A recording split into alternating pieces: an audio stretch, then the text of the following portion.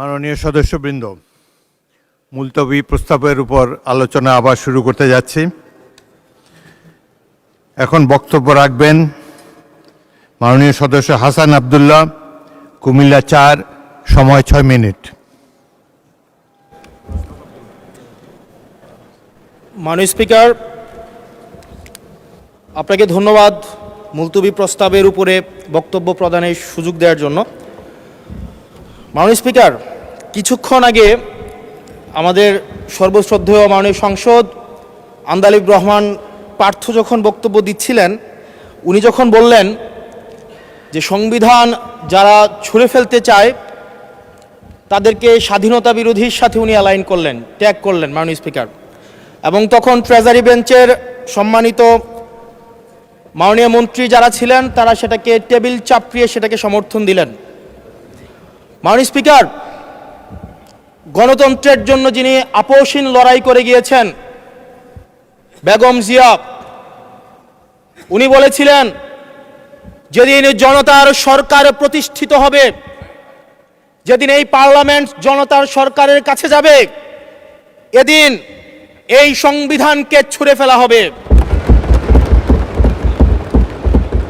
Treasury বেঞ্চের যে মন্ত্রীরা ছিলেন তারা দীর্ঘদিন, তাদের সারা জীবন তারা বেগম জিয়ার সাথে রাজনীতি করেছেন। এই সংবিধান ছুঁড়ে ফেলার সাথে স্বাধীনতা যুদ্ধাপরাধীর অ্যালাইন করার যেটার হাততালি তারা দিয়েছেন, সেটির মধ্য দিয়ে বেগম জিয়াকে তারা মূলত হচ্ছে অপমান করেছেন কিনা তারা সেটা ভেবে দেখবেন। মাননীয় স্পিকার, আমি বক্তব্য দেওয়ার জন্য অনেক কিছু রেডি করে নিয়ে এসেছিলাম। আমরা আইনমন্ত্রী বলেছেন রুশু পড়ার জন্য, তারপরে হচ্ছে হবস পড়ার জন্য, মদিনা সনদ পড়ার জন্য পড়েছিলাম, কিন্তু আন্দালিব রহমান পার্থ সাহেব যে বক্তব্য দিয়েছেন, আমরা ক্লাস 8-9-এ যে ডিবেট করতাম সেটি রিভার্টাল দিলে 20 মিনিট সময় লাগবে। মাননীয় স্পিকার, আমি ওনার বক্তব্যের রিভার্টাল দিচ্ছি। উনি বলেছেন যে আমি কোট করছি, উনি বলেছেন ৭২-এর সংবিধানের কিছু কিছু বিষয়কে ওনারা সম্মান দিয়েছেন। তার মানে কিছু কিছু বিষয়কে ওনারা সম্মান দেয় নাই। তার মানে এই অভ্যুত্থানের পরে এই সংবিধানের কিছু অংশ ওনারা মেনেছেন, কিছু অংশ ওনারা মানেন নাই। ওনারা কেবল ওই অংশটাই মেনেছেন যে অংশটা ওনাদের পক্ষে গিয়েছে, যে অংশটা ওনাদের বিপক্ষে গিয়েছে এই অংশটা ওনারা মানেন নাই। মাননীয় স্পিকার, এই ধরনের প্রকৃতি সম্পন্ন যারা আছে বাংলাদেশের পার্লামেন্ট, যারা দেখছেন তারা সিদ্ধান্ত নেবেন। যারা কখনো কখনো কনফর্মিস্ট, যারা কখনো কখনো রিফর্মিস্ট, তারা মূলত হচ্ছে অপরচুনিস্ট। এখন আমি সংবিধানের কিছু কিছু ধারা মানব, কিছু কিছু ধারা মানব না। আমি কখনো কখনো সাংবিধানিক, কখনো কখনো আমি অসাংবিধানিক। মাননীয় স্পিকার, যখন ডক্ট্রিন অফ নেসেসিটির প্রশ্ন আসে, মাননীয় স্পিকার, এই এক্সিস্টিং সংবিধান অনুযায়ী যখন 7A এবং 7B বলবৎ থাকে, সেই জায়গা থেকে আইনজ্ঞরা, মাননীয় স্বরাষ্ট্রমন্ত্রী উনি থাকলে ভালো হতো। ডক্ট্রিন অফ নেসেসিটি মাননীয় স্পিকার 48-এর 3 অনুযায়ী রাষ্ট্রপতি সুপ্রিম কোর্টের মাধ্যমে একটা এই 106-এর অ্যাডভাইজরি একটা রুল আছে মাননীয় স্পিকার। এই অ্যাডভাইজরি রুলের মাধ্যমে সংবিধানের ফান্ডামেন্টাল কোনো বিষয় কম্প্রোমাইজ করা যায় না। মাননীয় স্পিকার, যদি আমি এই সংবিধান মানি তাহলে এই অন্তর্বর্তীকালীন সরকারের বৈধতা প্রশ্নবিদ্ধ হয়। মাননীয় স্পিকার, মাননীয় স্পিকার, যদি এই সংবিধানকে আমি ধারণ করতে চাই, মেনে চলতে চাই, সেদিন 64 বিধি অনুযায়ী অ্যাটর্নি জেনারেল নিয়োগ দেওয়া হয়েছিল 6 আগস্ট। মাননীয় স্পিকার, এই সংসদে প্রশ্ন রাখতে চাই, তৎকালীন বর্তমান রাষ্ট্রপতি চুপ্পু, তখন বলা হয়েছে অ্যাটর্নি জেনারেল নিয়োগ দেওয়ার ক্ষেত্রে প্রধানমন্ত্রীর সাথে আলোচনা করতে হবে। সেদিন কোন প্রধানমন্ত্রীর সাথে আলোচনা করা হয়েছিল সেটা আমাদেরকে অ্যাটর্নি জেনারেল জানাবেন। আমাদেরকে অ্যাটর্নি জেনারেল জানাবেন যেই হিয়ারিংটা হয়েছিল এই হিয়ারিংয়ে উনি উপস্থিত ছিলেন কিনা। তখনকার সময় যিনি প্রধান বিচারপতি ছিলেন ওবায়দুল হক, তিনি তখন কোথায় ছিলেন, সেই রায়ের কপিটা আমরা দেখতে চাই। মাননীয় স্পিকার, মাননীয় স্পিকার, আপনি যখন বেগম জিয়াকে 6 আগস্ট সর্বপ্রথম ছাত্র জনতা যখন সিদ্ধান্ত নিয়েছিল আর এক মুহূর্ত বেগম জিয়াকে কারাগারে থাকতে দিবে না, বেগম জিয়াকে রাষ্ট্রপতির আদেশের মধ্য দিয়ে বেগম জিয়াকে সেদিনই হচ্ছে কারাগার থেকে যেই জুলুমের মধ্যে রাখা হয়েছিল সেটা থেকে ছাত্র জনতার রায়ের মধ্য দিয়ে সেখান থেকে বের করে আনা হয়েছিল। মাননীয় স্পিকার, যদি এই সংবিধানকে বাইবেল ধরে নেই, এই সংবিধানকে যদি গসপেল ধরে নেই, এই গসপেলের পুরোহিত অনুযায়ী যেভাবে ভ্যাটিকান সিটি চলে সেটা যদি আমরা ধরে নেই, তাহলে মাননীয় স্পিকার সেদিন বেগম জিয়া জেল থেকে বের হতে পারেন না। মাননীয় স্পিকার সেদিন বেগম জিয়া জেল থেকে বের হয়েছিল অভ্যুত্থানের জনরায়ের ভিত্তিতে। মাননীয় স্পিকার, আপনারা বলছেন আপনারা ঠিক সেই জায়গায় আপনারা সংবিধানকে আপনারা মানছেন যেই জায়গায় সংবিধান থেকে আপনারা বেনিফিটেড হবেন। মাননীয় স্পিকার, গ্রামের ভাষায় কথা আছে, বলতে চাই না, যে গাং পার হইলে মাঝি কোন দুলা ভাই। ছাত্ররা, আপনাদের নেতা কর্মীরা গত 17 বছর ধান খেতে ঘুমাইতে হয়েছে, ত্যাগ তিতিক্ষার মধ্য দিয়ে যেতে হয়েছে। মহাসচিব কান্না করে বলেছে তাদের নেতা কর্মীরা ঢাকায় এসে রিক্সা চালিয়ে জীবন নির্বাহ করত।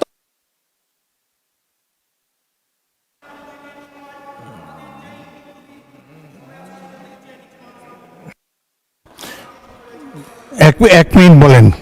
মাননীয় স্পিকার, আজকে দেখেন, আজকে লক্ষ লক্ষ নেতা কর্মী তাদের রক্ত দিয়েছে।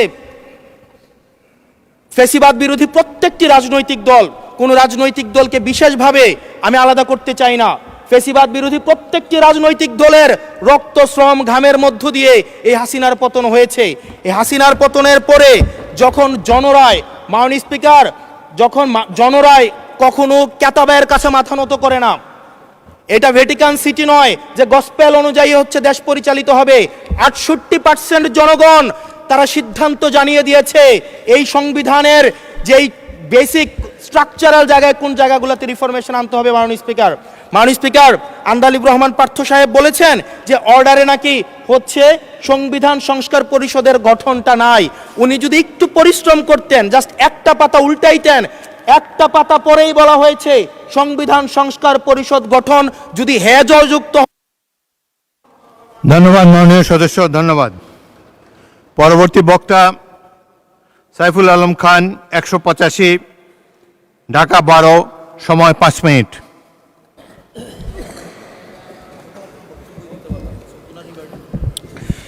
মাননীয় স্পিকার, আপনাকে অনেক অনেক ধন্যবাদ আমাকে সুযোগ দেওয়ার জন্য।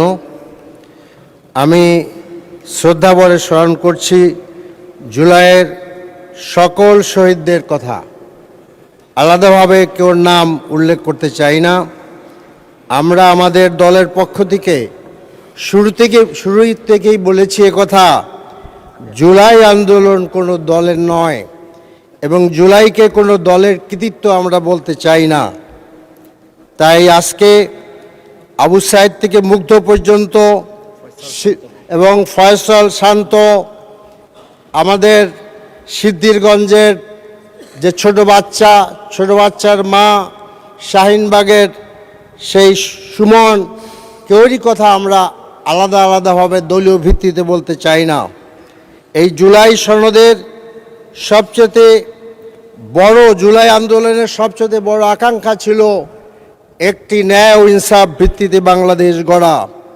মাননীয় স্পিকার, আজকে জুলাই সনদ নিয়ে পক্ষে বিপক্ষে তর্ক সৃষ্টি করার জন্য আমরা এখানে আসি নাই, বরঞ্চ জুলাই সনদের ভিত্তিতে আমরা একটি নতুন বাংলাদেশ করতে চাই।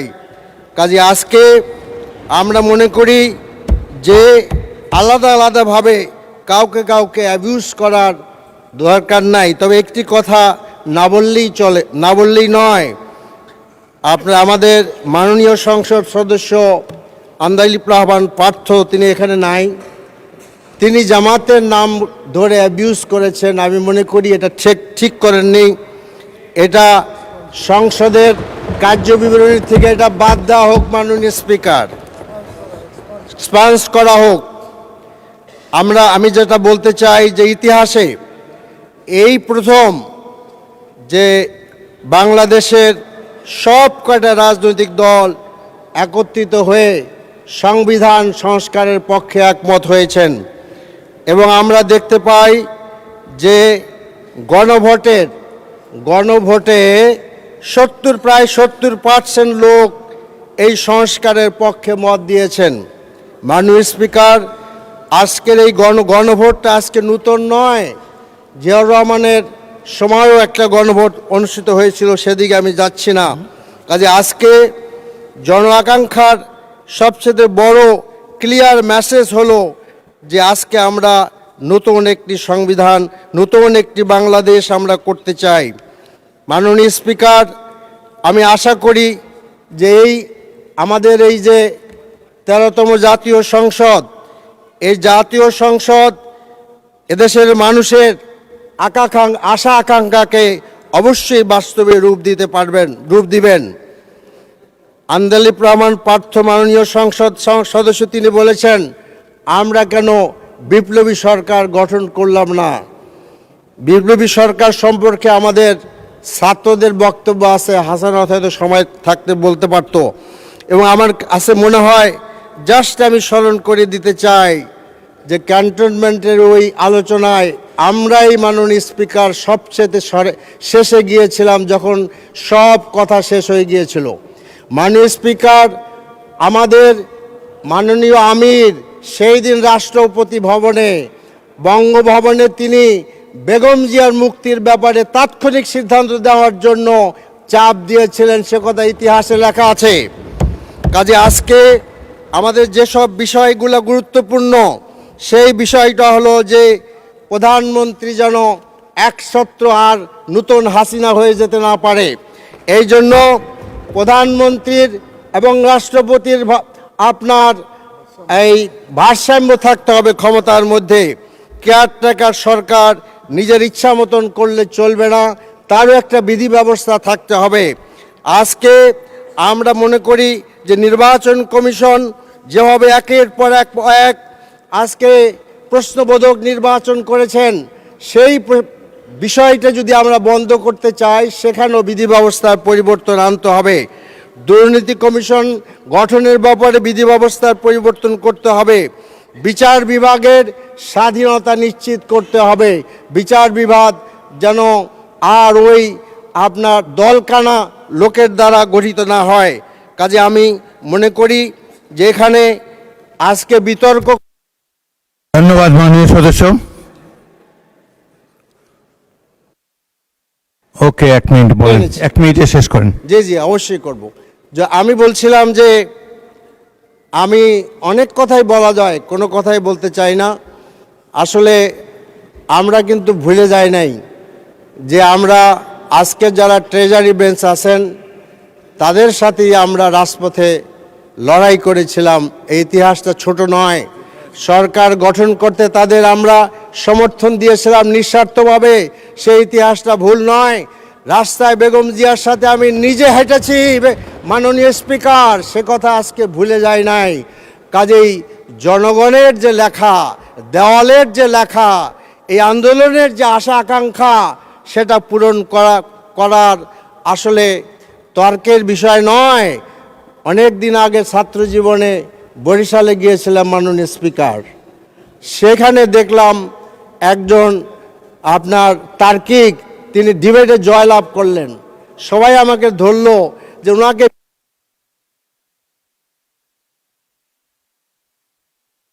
ধন্যবাদ, ধন্যবাদ মাননীয় স্পিকার। Thank you. ধন্যবাদ মাননীয় স্পিকার। Thank you.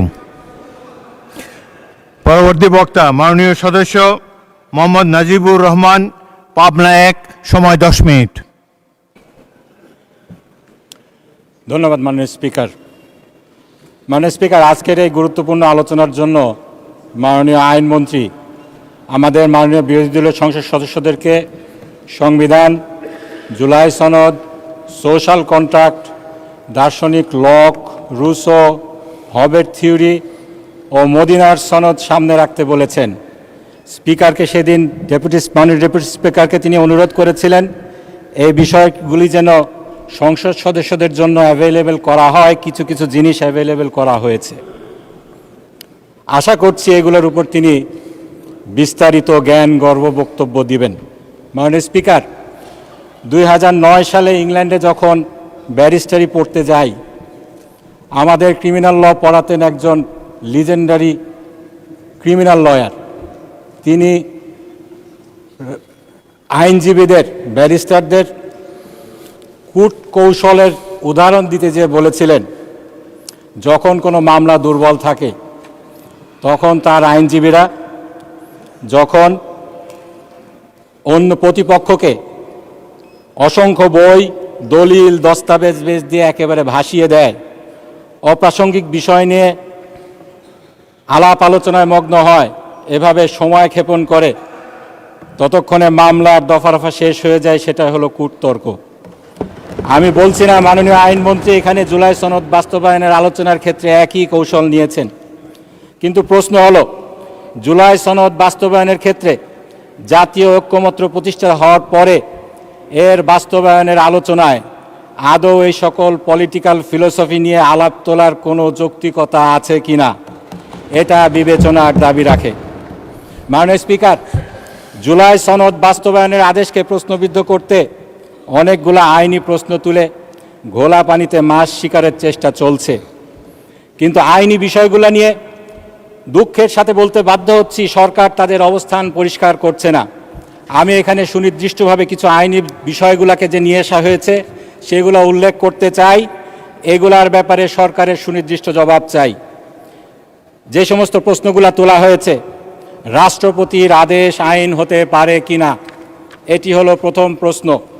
এ বিষয়ে আমি গত 15ই ফেব্রুয়ারিতে বলেছি, 15ই মার্চে আমি দুঃখিত মাননীয় স্পিকার, সংবিধানের 152 অনুচ্ছেদ দেখিয়ে বলেছিলাম রাষ্ট্রপতির আইন সংবিধান অনুযায়ী, রাষ্ট্রপতির আদেশ সংবিধান অনুযায়ী আইন। আজকেও আমি দেখাবো এটা যে আইন। এরপরে দ্বিতীয় যে বিষয়টি, সেখানে রাষ্ট্রপতির আদেশের এখতিয়ার নিয়ে প্রশ্ন তোলা হয়েছে। রাষ্ট্রপতির আদেশ দেওয়ার এখতিয়ার আছে কিনা, কে তাকে এই এখতিয়ার দিল, যদি এখতিয়ার থেকে থাকে কিভাবে দিল। আমাদের এই বিষয়ে পরিষ্কার কথা, রাষ্ট্রপতির আদেশ দেওয়ার এখতিয়ার আছে। এই এখতিয়ার তাদেরকে দিয়েছে জুলাইয়ের গণ অভ্যুত্থান যারা সংগঠিত করেছে সেই আপামর জনসাধারণ। এই জুলাই বিপ্লবের মাধ্যমে, অন্তর্বর্তীকালীন সরকারের মাধ্যমে এই এখতিয়ার দেয়া হয়েছে জুলাইয়ের সনদকে বাস্তবায়ন করার জন্য।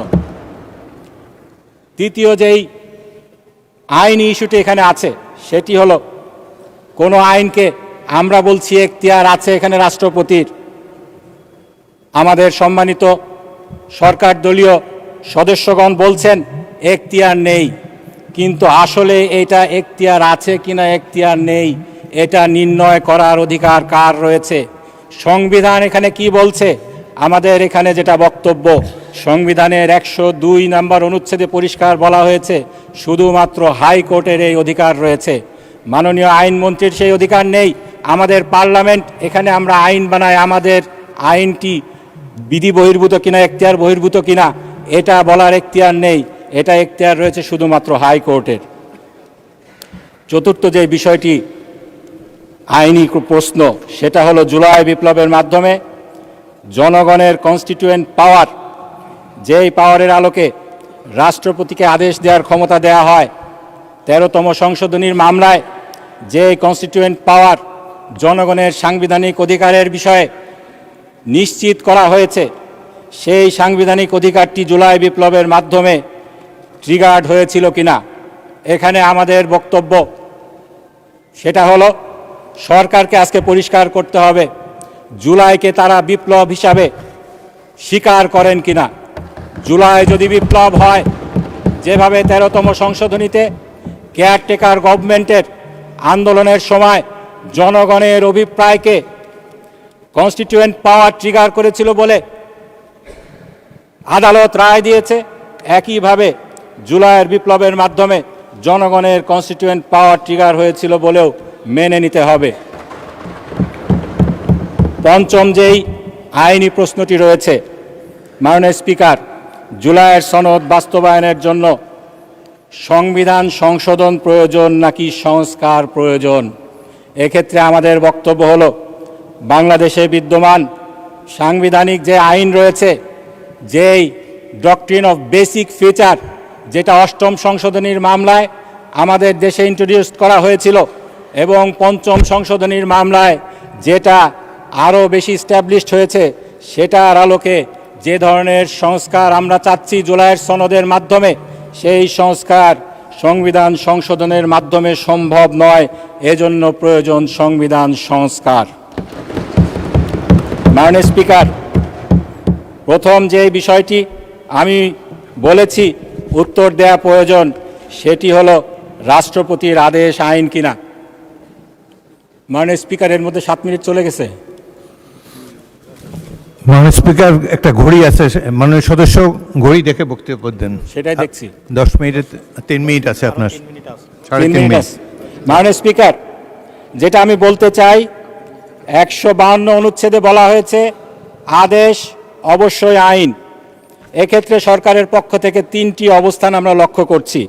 আইনমন্ত্রী 29শে মার্চ তিনি তার একটি সাক্ষাৎকারে একটি জাতীয় দৈনিকে বলেছেন, এই আদেশটি অবিকল আইনের মতো মনে হলেও কোনোটাই সাংবিধানিকভাবে বৈধ আইন নয়।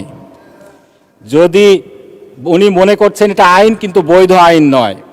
মাননীয় অ্যাটর্নি জেনারেল, তিনি তখন অ্যাটর্নি জেনারেল হননি, 18 মার্চ একটি জাতীয় দৈনিকে তিনি কলাম লিখে বলেছেন, আদেশ যে আইনের অন্তর্ভুক্ত সে কথা অস্বীকার করার কোনো উপায় নেই। মাননীয় স্বরাষ্ট্রমন্ত্রী 15 মার্চ এই সংসদে দাঁড়িয়ে বলেছেন, এটি না অধ্যাদেশ না আইন, মাঝামাঝি একটি জিনিস। এ বিষয়ে আমি সংক্ষেপে যেটা বলতে চাই, এই আইনের বৈধতা নিয়ে একটি মামলা হয়েছে হাইকোর্টে, সেই মামলায় রুল জারি হয়েছে। একটি মামলায় যখন রুল জারি হয়, কোর্ট তখন প্রকারান্তরে ডিক্লেয়ার করেন প্রিমা ফেসি এটা প্রুভড হয়েছে এটি ল। কারণ যদি ল না হতো তাহলে এটা চ্যালেঞ্জ করে রিট করার কোনো সুযোগ নেই। কোর্ট যখন এটাকে ল বলে স্বীকার করে নিয়েছেন, আমাদের সংসদ, আমাদের আইনমন্ত্রী, আমাদের কারো পক্ষে কি সেটাকে আইন হিসাবে অস্বীকার করার কোনো সুযোগ আছে কিনা? এখানে রুল জারি হয়েছে, স্টে হয়নি। যদি স্টে না হয়, সংবিধানের যে বাইবেল মনে করা হয় সেই মাহমুদুল ইসলামের বই কনস্টিটিউশনাল ল অফ বাংলাদেশ, এখানে পরিষ্কার বলা হয়েছে, যদি কোথাও রুল জারি করা হয় কিন্তু স্টে না করা হয়, এটাকে স্টিল কনসিডার করা হবে ইন্ট্রাভাইরাস, নট আলট্রাভাইরাস। আলট্রাভাইরাস হলো আইন বহির্ভূত আর ইন্ট্রাভাইরাস হলো আইন সম্মত। সুতরাং এটা মানতে আমরা সবাই বাধ্য। এই আদেশের 10ম অনুচ্ছেদ এবং 12 অনুচ্ছেদকে লঙ্ঘন করে সরকার এবং রাষ্ট্রপতি এই আইনের ব্যত্যয় ঘটিয়েছেন। আইনের শাসনের এখানে ব্যত্যয় ঘটেছে। এখানে দ্বিতীয় যে বিষয়টি রয়েছে, রাষ্ট্রপতির আদেশ দেওয়ার এখতিয়ার আছে কিনা, কে তাকে এখতিয়ার দিল, কিভাবে দিল? এক্ষেত্রে এই সংসদে বলা হয়েছে জনগণের আবেগ দিয়ে রাষ্ট্র চলে না, রাষ্ট্র চলে সংবিধান দিয়ে। মাননীয় স্পিকার, আপনার মাধ্যমে আমি বলতে চাই, সংবিধান অনুযায়ী জনগণের আবেগ হলো সংবিধানের বাবা।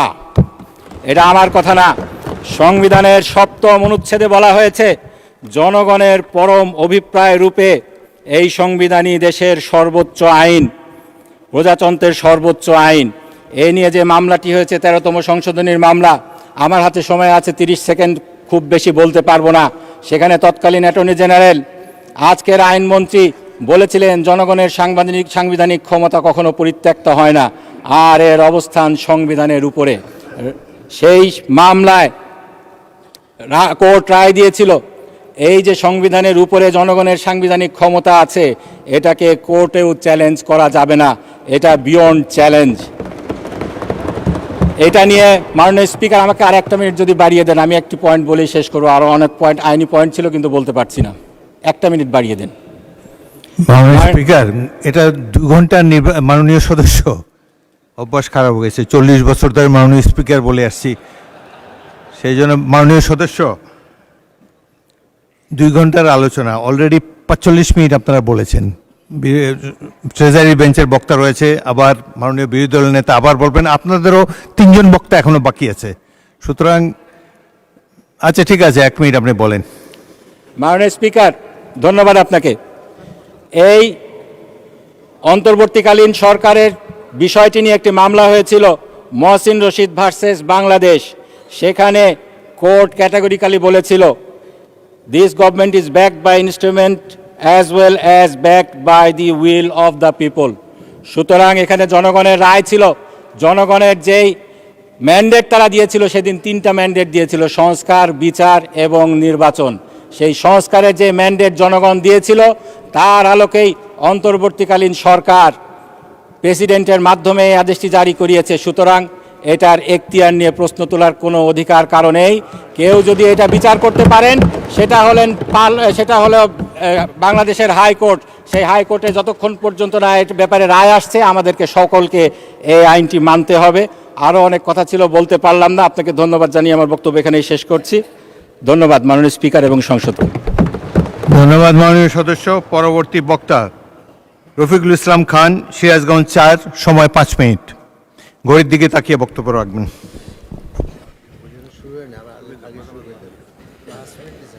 মাননীয় স্পিকার, আপনাকে ধন্যবাদ আমার সময় কমায় দেওয়ার জন্য। দুঃখিত। মাননীয় স্পিকার, আমরা কেউই অস্বীকার করি না যে জুলাই বিপ্লব বা জুলাই অভ্যুত্থান যেটাই আমরা বলি, এইটা যে ফেসিবাদ থেকে আমরা সবাই মুক্ত হয়েছি, একথা অস্বীকার করার কারই উপায় নেই। এবং আমরা দীর্ঘ 16 বছর, যদি আমরা 11 সরকার ধরি তাহলে প্রায় 18 বছর এই দেশের মানুষ ফেসিবাদের কবলে ছিল, ফেসিবাদের জুলুম নির্যাতনের শিকার আমরা ছিলাম। আমাদের মাননীয় প্রধানমন্ত্রী, আজকে যিনি সংসদ নেতা, তিনিও সেই 11 সরকারের জুলুম নির্যাতনের শিকার হয়েছিলেন। দীর্ঘ সংগ্রামের পর যখন ফেসিবাদী সরকারের প্রধানমন্ত্রী পলায়ন করে চলে গেলেন বাংলাদেশ থেকে, তখন একটি সাংবিধানিক সংকট দেশে তৈরি হয়েছিল। অন্তর্বর্তীকালীন সরকারের কথা সংবিধানে নাই, তাহলে সরকার গঠিত হলো কিভাবে? খুবই পরিষ্কার, জনগণের অভিপ্রায়ের ভিত্তিতেই, এই আকাঙ্ক্ষার ভিত্তিতেই এই অন্তর্বর্তীকালীন সরকার গঠিত হয়েছিল। তাহলে বোঝা যায় সব জিনিস সব সময় সংবিধান ছাড়াও চলেছে।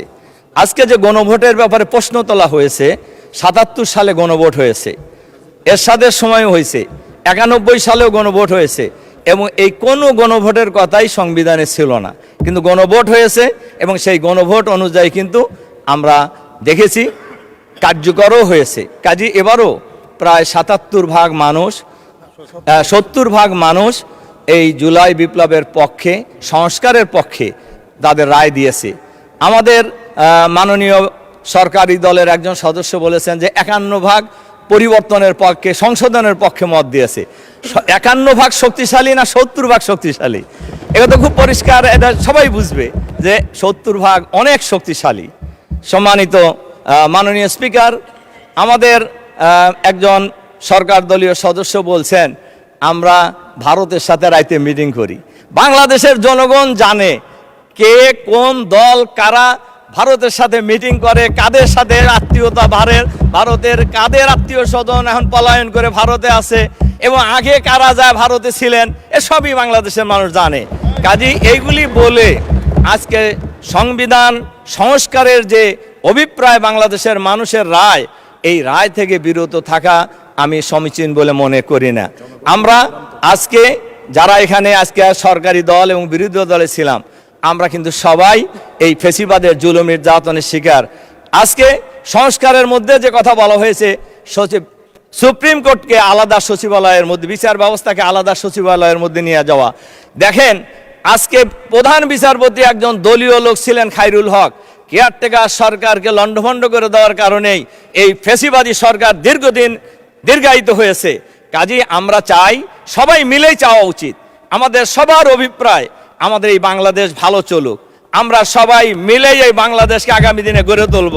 কাজেই দেশের প্রয়োজনে, সংবিধান তো কোনো কোরআনের বাণী নয়, কোনো ওহী নয়, জনগণের জন্য সংবিধান, সংবিধানের জন্য জনগণ নয়।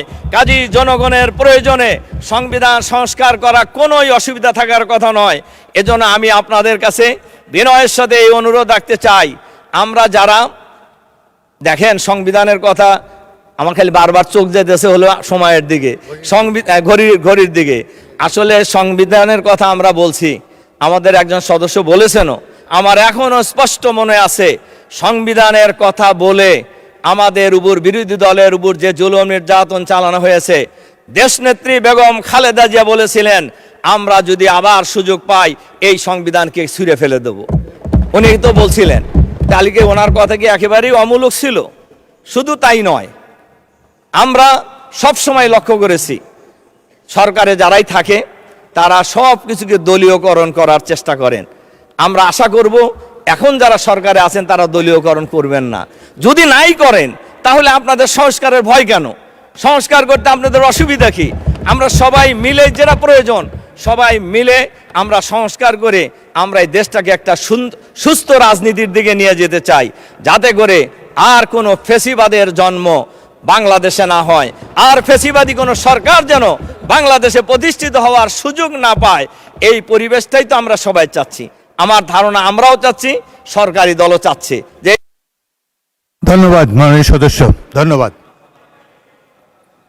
পরবর্তী বক্তা নুরুল ইসলাম, জনাব নুরুল ইসলাম, মাননীয় সদস্য, চাঁপাইগঞ্জ 3। আপনার সময় 5 মিনিট। মাননীয় স্পিকার, আপনাকে ধন্যবাদ। 5ই আগস্টের গণঅভ্যুত্থানের মাধ্যমে আমরা একটি নতুন বাংলাদেশ পেয়েছি। সেই বাংলাদেশের জাতীয় সংসদে আজকে আপনি মাননীয় স্পিকার হিসাবে দায়িত্ব পালন করছেন, আমরা মাননীয় সংসদ সদস্য হিসাবে এখানে সবাই দায়িত্ব পালন করছেন। ফ্যাসিবাদী সরকারের আমলে যেভাবে সংবিধানকে উপজীব্য বানিয়ে আমাদের উপরে নিপীড়নের স্টিম রোলার চালানো হয়েছে, আমরা আবারও সংবিধানকে ঠিক সেইভাবে আমাদের জনগণের সামনে নিয়ে এসে আবারও আমরা নতুন কোনো পদধ্বনি শুনতে পাচ্ছি কি না, আজকে আমাদের তা সামনে আনতে হবে। আমাদের সাবেক প্রধানমন্ত্রী মরহুমা বেগম খালেদা জিয়া বলেছিলেন, যেদিন এদেশে জনগণের সরকার প্রতিষ্ঠিত হবে সেই দিন এই সংবিধান ছুঁড়ে ফেলে দেওয়া হবে।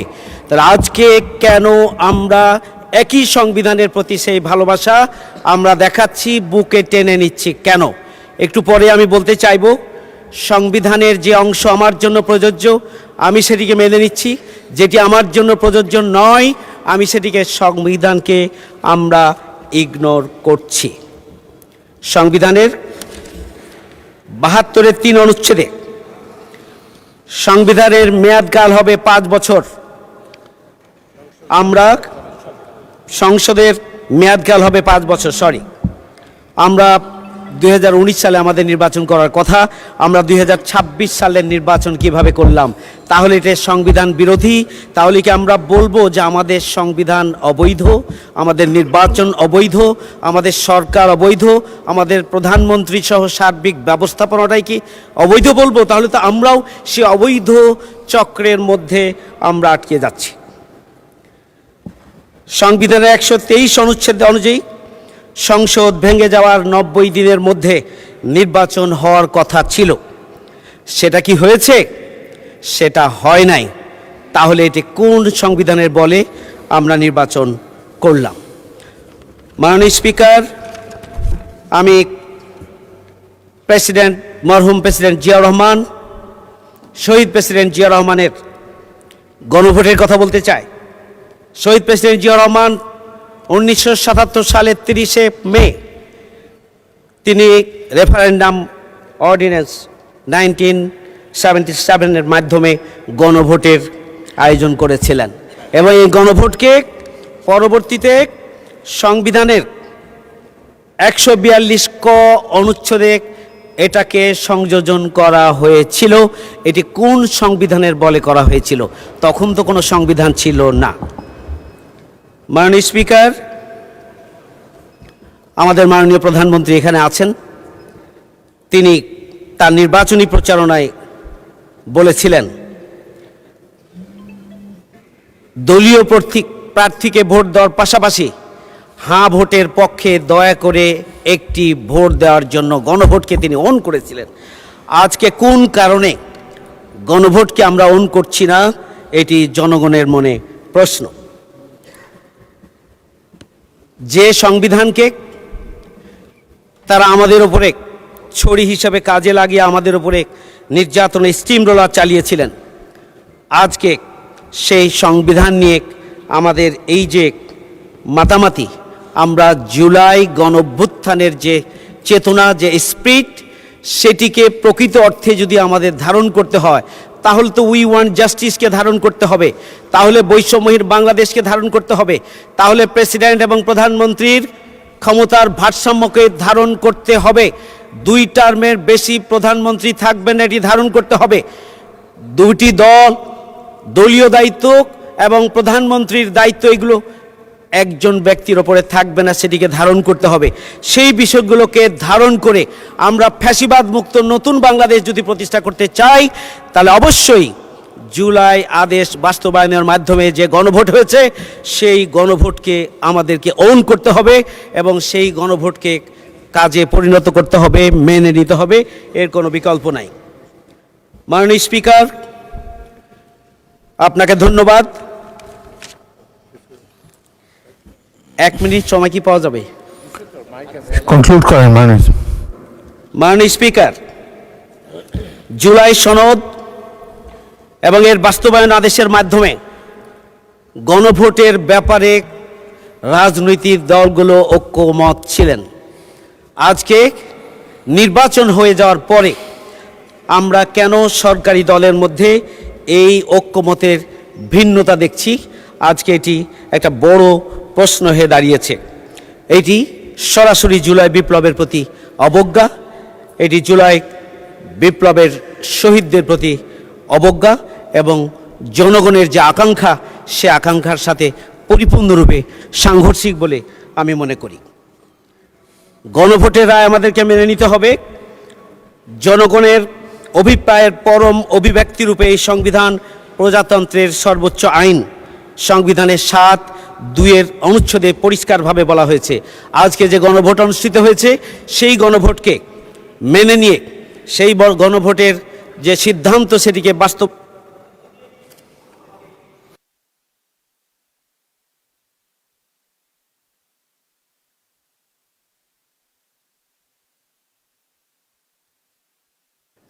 মাননীয় সদস্যবৃন্দ, এবার আমি বক্তব্য রাখার জন্যে মাননীয় স্বরাষ্ট্রমন্ত্রী সালাউদ্দিন আহমদকে আহ্বান করছি।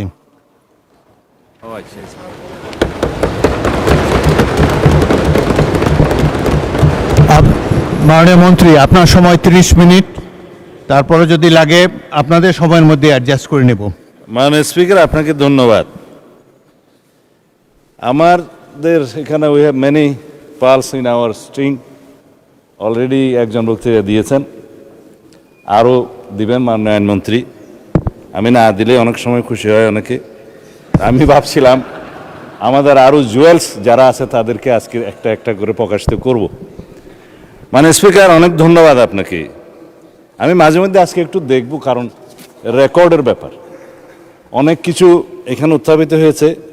আমাদের মাননীয় বিরোধী দলের অনেক বিজ্ঞ সদস্য, ব্যারিস্টার্স, অ্যাডভোকেটস, যারা আইন কানুন সংবিধান উদ্ধৃত করেছেন, মজবুরিতে আমাকেও কিছু কিছু জবাব দিতে হবে। আজকে যে নোটিশটা মাননীয় বিরোধী দলীয় নেতা মুলতবি প্রস্তাবের জন্য উত্থাপন করেছেন, লিখিত কাগজটা আমার কাছে আছে। এখানে জুলাই জাতীয় সনদ সংবিধান সংস্কার বাস্তবায়ন আদেশ 2025, আদেশ নম্বর 1/2025, আমি পড়ছি ওনারটা। এর অনুচ্ছেদ 10 অনুযায়ী সংবিধান সংস্কার পরিষদের অধিবেশন আহ্বান প্রসঙ্গে, এটাই হচ্ছে আজকের ফ্যাক্ট ইন ইস্যু, আলোচ্য বিষয়। তা আসি, এই 10 অনুচ্ছেদ সংবিধান সংস্কার বাস্তবায়ন আদেশের কি, সেটা হচ্ছে পরিষদের অধিবেশন আহ্বান, কোরাম, ভোটদান ইত্যাদি সংসদ নির্বাচনের ফল ঘোষিত হইবার 30 পঞ্জিকা দিবসের মধ্যে যেই পদ্ধতিতে জাতীয় সংসদের প্রথম অধিবেশন আহ্বান করা হইবে, অনুরূপ পদ্ধতিতে পরিষদের প্রথম অধিবেশন আহ্বান করা হইবে। এটা একটি আদেশ। তাদের বক্তব্য অনুযায়ী এই পরিষদের অধিবেশন কেন রাষ্ট্রপতি আহ্বান করলেন না? এবার সংবিধানে আসি। আর্টিকেল 72 অনুসারে রাষ্ট্রপতি প্রধানমন্ত্রীর পরামর্শ অনুযায়ী, লিখিত পরামর্শ অনুযায়ী সংসদের অধিবেশন, প্রথম অধিবেশন, সময় স্থান নির্ধারণ করে প্রজ্ঞাপন করেছেন। আর্টিকেল 73 অনুসারে তার ভাষণ দেওয়ার কথা, তিনি এখানে ভাষণ দিয়েছেন। আমাদের মাননীয় বিরোধী দলের সদস্যগণ তার ভাষণ শুনতে চান নাই, ওয়াকআউট করেছেন, ভালো কথা, কিন্তু তার ভাষণের উপর আলোচনা করছেন এবং 50 ঘন্টা আলোচনা হবে ইনশাআল্লাহ। মাননীয় মহামান্য রাষ্ট্রপতির কাছে সংবিধান অনুযায়ী আমাদের কোনো কোনো সদস্য এখানে আছেন, উপদেষ্টা হিসেবে শপথ নিয়েছেন। সংবিধান তখন ভালো ছিল, রাষ্ট্রপতিও তখন ভালো ছিল, কিন্তু ভাষণের দিন উনি মনোপুত হলেন না আর কি। যাই হোক, এখন এই আদেশটা নিয়ে যে আমরা আলোচনা করব, আদেশের অনুবলে যে সংবিধান সংস্কার পরিষদের অধিবেশন কেন আহ্বান করা হবে না তার উপর যে আলোচনা করব, আদেশটা কি? কিছু কিছু জবাবের মধ্যে চলে আসবে। মাননীয় বিরোধী দলের একজন সদস্য বলেছেন এই আদেশটা বৈধ আইন। এখানেই হচ্ছে বিতর্কটা। এই আদেশটা বৈধ আইন না। রাষ্ট্রপতি আদেশ জারি করতে পারতেন, পাস্ট টেন্স।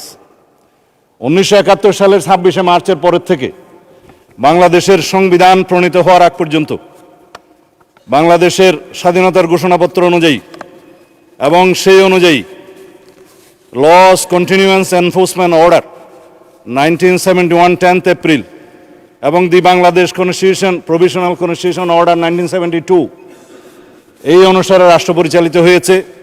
রাষ্ট্রপতি অর্ডার জারি করেছেন, রাষ্ট্রপতির অর্ডার অনুসারে নবগঠিত রাষ্ট্র পরিচালিত হয়েছে। আদেশগুলো সবগুলোকে বৈধতা দিয়ে সংবিধানের প্রথম এবং চতুর্থ তফসিলে বৈধতা দেওয়া হয়েছে, কন্টিনিউশন হয়েছে। আমি সেই আদেশকে বৈধ আদেশ মনে করি। যে হাইকোর্টের আদেশ, যে রুলিংয়ের কথা বললেন, সেই আদেশগুলোকে আইনে পরিণত, আইন বলে স্ট্যাটাস দেওয়া হয়েছে। অবশ্যই আর্টিকেল 152 অনুসারে একটা হচ্ছে ল, আরেকটা হচ্ছে এক্সিস্টিং লস। আইন এবং প্রচলিত আইন দুই জায়গাতেই আদেশ হচ্ছে বৈধ আইন। অন্যান্য প্রথা, রুলস সব কিছু বৈধ আইন, আদেশও আইন। কিন্তু এই আদেশ ছিল, কিন্তু আদেশ জারি করার ক্ষমতা 1973 সালের 7ই এপ্রিলের পর রাষ্ট্রপতির আর রইল না।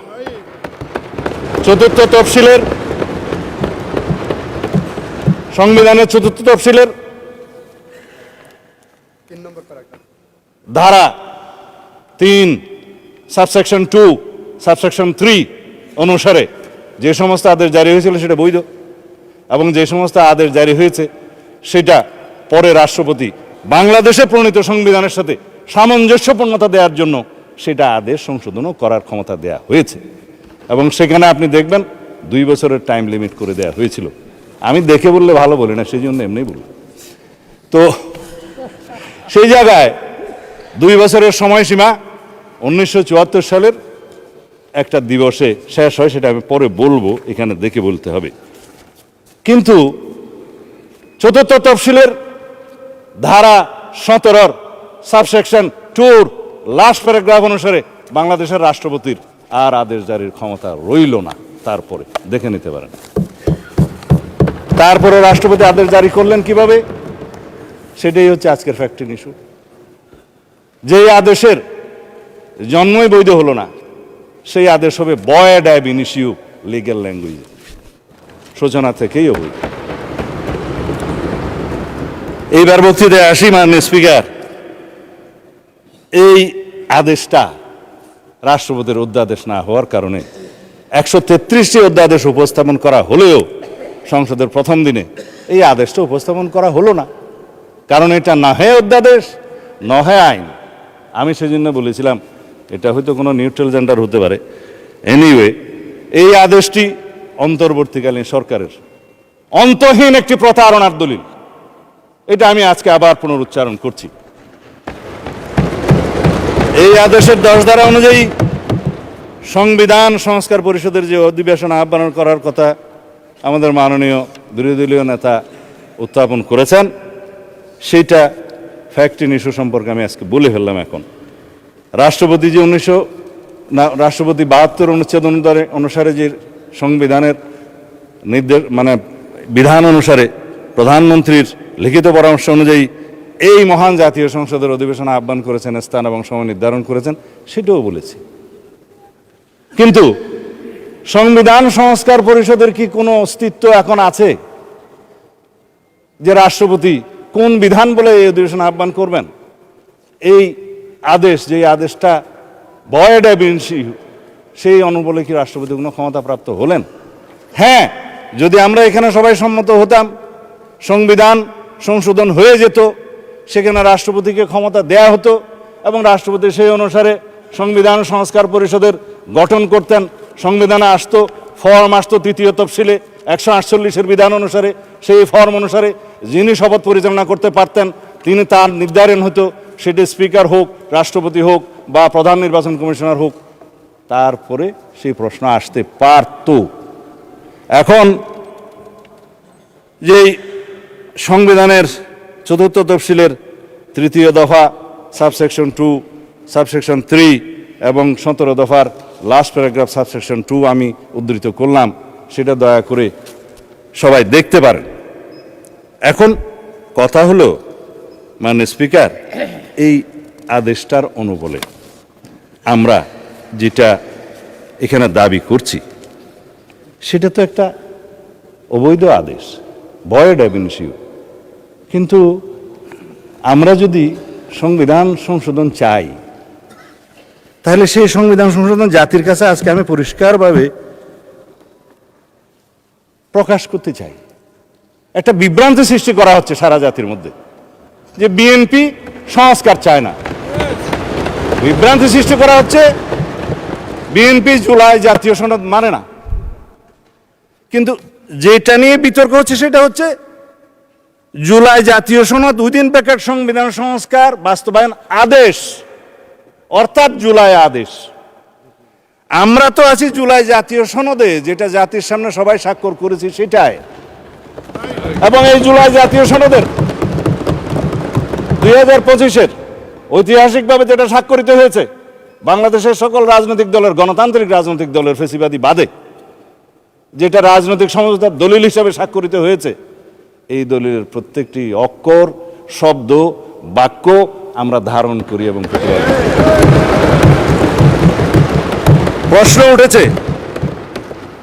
প্রশ্ন উঠেছে যে আমরা এই আদেশের অনুবলে কেন আমরা গণভোট যেটা অনুষ্ঠিত হয়েছে সেটা মানছি না। আসেন, গণভোট অনুষ্ঠিত হয়েছে, এই গণভোটের প্রস্তাবক তো আমরা ছিলাম। আমি প্রস্তাব দিয়েছিলাম বিএনপির পক্ষে যে অন্যান্য রাজনৈতিক দল জুলাই জাতীয় সনদ যখন স্বাক্ষরিত হবে, তখনও হয়নি, সেটার আইনি ভিত্তি দেওয়ার জন্য সবাই একটা দাবি উত্থাপন করলেন। বললাম হ্যাঁ, জনগণের সম্মতি নেওয়া যায়। এই জুলাই জাতীয় সনদের পক্ষে জনগণ আছে কি নাই? কারণ এই জুলাই জাতীয় সনদের 2টা ভাগ। প্রথম ভাগ হচ্ছে সংবিধান সংশোধন সাপেক্ষে আমরা সংস্কারের বিষয়সমূহ এখানে বলা আছে 1 থেকে 47 সংবিধান সংশোধন সাপেক্ষে সংস্কারের বিষয়সমূহ লেখাই আছে। সংবিধান সংশোধন সাপেক্ষে সংস্কারের বিষয়সমূহ যদি এই জুলাই সনদের পক্ষে জনগণ হ্যাঁ বলে, তাহলে পরে আমরা সংবিধান সংশোধন করতে পারবো সেই 47টা বিষয়ে। উইথ নোট অফ ডিসেন্ট, প্রত্যেকটা নোট অফ ডিসেন্টে বলা আছে যে সমস্ত রাজনৈতিক দল বা জোট তাদের নির্বাচনী ইশতেহার উল্লেখপূর্বক যদি জনগণের ম্যান্ডেট লাভ করে, তাহলে তারা সেই মতে ব্যবস্থা গ্রহণ করতে পারবে। আগামী কালকে অথবা পরশু সম্ভবত আরেকটি মুলতবি নোটিশের উপরে আমরা আলোচনা করতে চাইব। আমরা দিচ্ছি না, বেসরকারি সদস্যরা দিচ্ছে। সেখানে এই জুলাই জাতীয় সনদের প্রত্যেকটি ধারা ও উপধারা কি কি আছে সেই বিষয়ে কথা হবে, প্রতিশ্রুতি বিষয়ে। আমি আজকে ওখানে বিস্তারিত যাব না। এটার দ্বিতীয় ভাগ হচ্ছে যে সমস্ত সংস্কারের বিষয়ে আমরা একমত হয়েছি সেই বিষয়ের মধ্যে কিছু আইন আছে, সংশোধন করতে হবে, কানুন আছে, বিধি আছে, বিধান আছে, সেটার জন্য সংবিধান সংশোধনের প্রয়োজন হয় নাই বিধায় ইন্টারিম গভর্নমেন্ট অনেক অধ্যাদেশের মাধ্যমে সেগুলো সংশোধন করেছেন, এক্সিকিউটিভ অর্ডারের মাধ্যমেও করেছেন। আমরা এগ্রিড হয়েছি। তবে সেই সমস্ত অধ্যাদেশগুলো বিধান মতে বাংলাদেশের নির্বাচিত জাতীয় সংসদে উত্থাপন করতে হয়েছে। আর্টিকেল 93 অনুসারে আইনমন্ত্রী সেটা করেছেন। And this is the supremacy of the parliament. And this is the sovereignty of the people. And this is the sovereign house of the nation. এই sovereign হাউসের ক্ষমতা হচ্ছে, এখতিয়ার হচ্ছে রাষ্ট্রপতি অধ্যাদেশ জারি করতে পারলেও ইন বিটুইন টু সেশনস সেটা এই মহান সংসদে পাশ করে নিতে হবে উইদিন 30 ডেজ। এটাই হচ্ছে সার্বভৌম পার্লামেন্টের সার্বভৌমত্ব। মাননীয় স্পিকার, আমরা এখন যদি এটার পোস্টমর্টম করতে চাই, রাষ্ট্রপতির এই আদেশ কেন অবৈধ তার যুক্তিসমূহ একটু বলি। 7 এপ্রিল 1973, আগে যেটা বলছিলাম, এই তারিখ থেকে বাংলাদেশের প্রথম জাতীয় সংসদ বৈঠক অনুষ্ঠিত হওয়ার পর রাষ্ট্রপতির আদেশ জারির ক্ষমতা রহিত করা হইল সংবিধানের 4th তফসিলের 17 দফার 2 দফা, লাস্ট প্যারা। রাষ্ট্রপতির কোনো আদেশ এবং অধ্যাদেশ দ্বারা পরবর্তী সংসদের সার্বভৌম এখতিয়ারকে খর্ব করতে পারেন না। কেন পারেন না? আর্টিকেল 7, রাষ্ট্রের সকল ক্ষমতার মালিক জনগণ এবং সেই জনগণের সার্বভৌমত্ব এখতিয়ার প্রয়োগের মাধ্যমে এই সংবিধান হচ্ছে সর্বোচ্চ আইন। Any laws inconsistent to the constitution will be buoyed, is buoyed, shall be buoyed to the extent of the inconsistency. এটাই হচ্ছে supremacy of the constitution, supremacy of the house, supremacy of the people of the country. সেই 7 অনুচ্ছেদ বলে কথা বলছি। এই 7 অনুচ্ছেদে 2টা ধারা যুক্ত করেছিল fascist Hasina, 7A and 7B, যেগুলা আনকনস্টিটিউশনাল ডিক্লেয়ার হয়েছে, নাল অ্যান্ড ভয়েড হয়েছে, হ্যাঁ, আল্ট্রা ভায়ারস কনস্টিটিউশন ডিক্লেয়ার হয়েছে, বলা হয়েছে নন এস্ট, মানে ইট ওয়াজ নট দেয়ার। ভার্ডিক্ট হাইকোর্টের এখনো পর্যন্ত আপিল হয়নি। সংবিধান সংস্কার বাস্তবায়ন আদেশের দফা 4, আমি এখান থেকে লিখেছি আর কি, আইন থেকে। গণভোটের ব্যালট উত্থাপিত প্রশ্ন। দফা 8, সংবিধান সংস্কার পরিষদের সদস্য হিসেবে শপথ গ্রহণ। দফা 10, যেটা নিয়ে আলোচনা হচ্ছে, সংবিধান সংস্কার পরিষদের অধিবেশন আহ্বান। দফা 13, সংবিধান সংস্কার অবিলম্বে কার্যকর করা। একটা মহামান্য সম্রাটের আদেশ জারি হয়ে গেল, 180 দিনের ভিতরে সংবিধান সংশোধন হয়েছে বলে দরিয়া লওয়া হইবে। তাহলে পরে এই জনগণের অধিকার কোথায়? সুপ্রিমেসি কোথায়? সোভারেনিটি কোথায়? জনগণ 51% ভোট দিয়ে কনস্টিটিউশনাল ম্যান্ডেটে নির্বাচিত করেছে এই সংসদ সদস্যদের।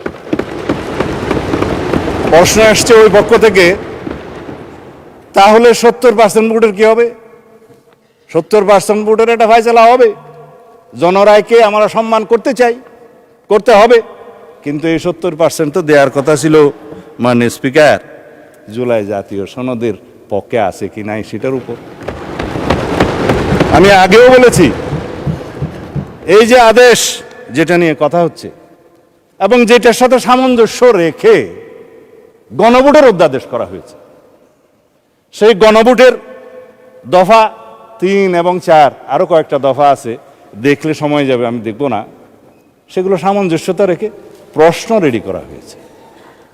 জনগণকে বলছে এটা সংবিধান সংস্কার হয়ে যাবে, এর পক্ষে হাত বানাবে। কথা হচ্ছে মাননীয় স্পিকার, আর্টিকেল 93 অর্ডিন্যান্স জারির মাধ্যমেও রাষ্ট্রপতির ক্ষমতা নাই কোনো সংবিধানের বিধানকে রহিত হয় পরিবর্তন হয় সেরকম কোনো আইন জারি করা, অধ্যাদেশ জারি করা। এটা তো অধ্যাদেশও নয়, এটা তো ভয়েড অ্যাব ইনিশিও একটা অর্ডার, যেটা রাষ্ট্রপতি করতেই পারেন না। সেখানে কনস্টিটিউশন চেঞ্জ করার জন্য একটা আদেশ জারি হলো, তারপরে সেটার অনুবলে গণভোটের মধ্যে প্রশ্ন উত্থাপিত হলো। এগুলো সব কিছু হচ্ছে এখতিয়ার বহির্ভূত।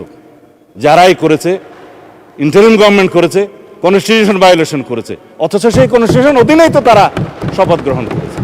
সে রাষ্ট্রপতি করতেই পারে না, এখতিয়ারটা কোথায়? তারপরে আসে এখন দফা 13, সংবিধান সংস্কার অবিলম্বে কার্যকরী হবে। সেটা তো বললাম, সরাসরি এটার মধ্য দিয়ে নেক্সট পার্লামেন্টকে, অর্থাৎ এই পার্লামেন্টকে, সাকসেসর পার্লামেন্টকে, পরবর্তী পার্লামেন্টের এখতিয়ারকে খর্ব করা হলো। পৃথিবীতে এমন কোনো বিধান নাই, সংবিধানের মাধ্যমেও না, সাকসেসর পার্লামেন্টকে, পরবর্তী সংসদকে বাইন্ডিং করতে পারে, অধিকার ক্ষুণ্ণ করতে পারে। হ্যাঁ, করতে পারে।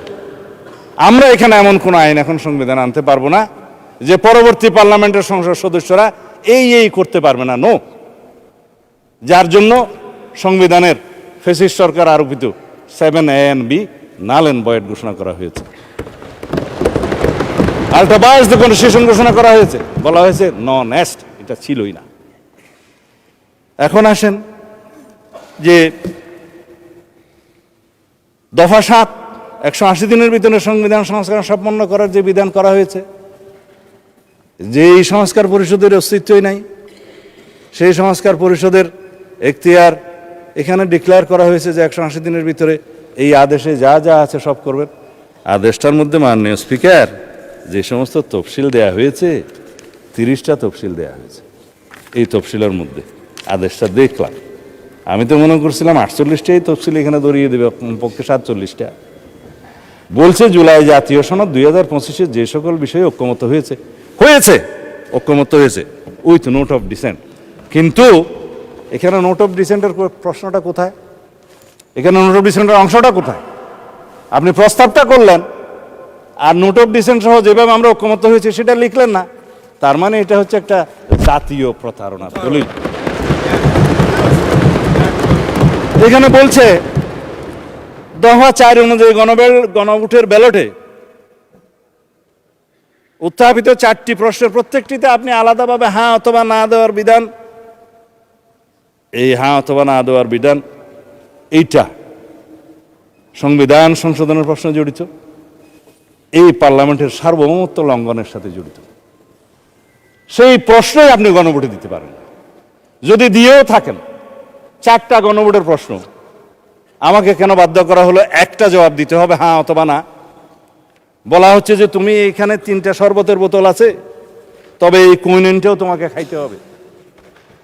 মা ছেলেকে ট্যাবলেট খাওয়াতে পারছে না বেশি তিতা, তো কলা খায় ছেলে, কলার ভিতরে কুইনেনটা ঢুকাই দিল ছেলে, এবং খাওয়ার সময় দেখলো এটা তিতা তিতা লাগে, তার ওটা দূর করে বাইর করে ফেলাই দিল। এই কোন আইনকে আপনি জাতিকে এইভাবে বাধ্য করে খাওয়াইতে পারেন? 3টা প্রশ্নের সাথে জুলাই জাতীয় সনদের মিল আছে। আমরা গণভোট চেয়েছিলাম এই জুলাই জাতীয় সনদের ভিত্তিতে, সবাই সম্মত হয়েছিল। ইন্টারিম গভর্নমেন্ট, অস্থায়ী গভর্নমেন্ট, তত্ত্বাবধায়ক সরকারের মতো মৌলিক কোনো বিষয়ে সিদ্ধান্ত নেওয়ার এখতিয়ার রাখে না। তারা কিভাবে একটা অবৈধ আদেশ জারি করে রাষ্ট্রপতিকে দিয়ে? আমি মহামান্য রাষ্ট্রপতির সাথে তখন কথা বলেছিলাম যে মহামান্য রাষ্ট্রপতি, আপনি কি আদেশ জারি করতে পারেন? বলে আমি তো পারি না, কিন্তু আমাকে পারাচ্ছে। তা এখন রাজহংসকে জোরপূর্বক স্বর্ণের ডিম পারতে বাধ্য করার মতো ঘটনা। যাই হোক, এখন সেটা অবৈধ ডিম্ব হয়েছে। এখন সংসদ সদস্য হিসেবে শপথ গ্রহণের পর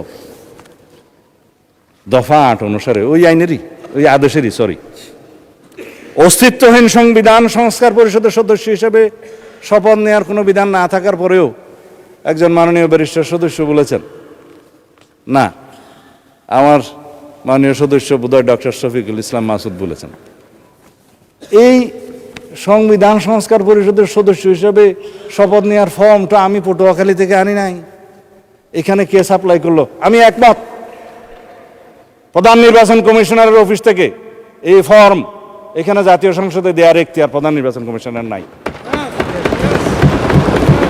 তিনি শপথ নিয়েছেন তফসিল 148 অনুচ্ছেদের অনুবলে তফসিল 3-এ সংবিধান সংরক্ষণের জন্য তিনি শপথ নিয়েছেন। তিনি শপথ ভঙ্গ করেছেন, সংবিধান লঙ্ঘন করেছেন। কেউ একজন সিভিল রাইট হিসেবে মামলাও করেছে, ওখানে পক্ষভুক্ত করে নাই নির্বাচন কমিশনকে, কিন্তু বার্ডিক যদি আসে নির্বাচন কমিশন যে এটা ভায়োলেট করেছে আসবে। আমি মাননীয় প্রধান নির্বাচন কমিশনারকে এখানে বলা ঠিক না, যেহেতু উনি অনুপস্থিত, এটা বিধান নাই, সেজন্য গড়িয়ে বলছি।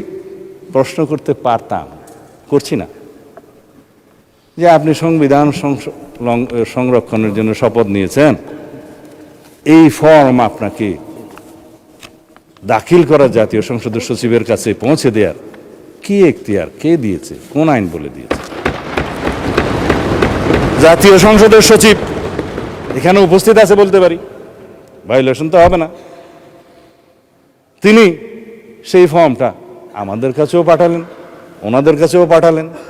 আমরা তখন আমাদের নেতৃবৃন্দ মাননীয় প্রধানমন্ত্রীর সাথে আলাপ করে বললাম, আমরা তো আজকে শপথ নিতে যাব, এখানে তো 2বার শপথ নিতে হবে। দেখা যাচ্ছে প্রথমবার শপথ নেওয়ার পরে দ্বিতীয়বার শপথ নিলে তো আগেরটা ভায়োলেশন হয়ে যাবে, এখন কি করবেন?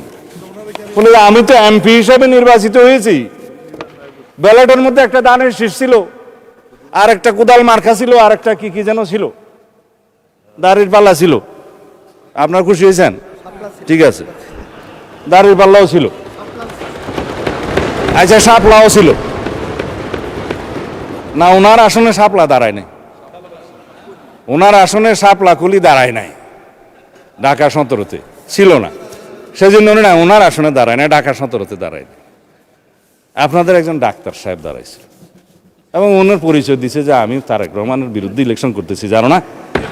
বলছি তো উনি বললেন যে ব্যালটে তো এখানে সংবিধান সংস্কার পরিষদের সদস্য হিসেবে আলাদা কোনো ব্যালট ছিল না। ব্যালট ছিল না, ভাই সব ব্যালট ছিল না।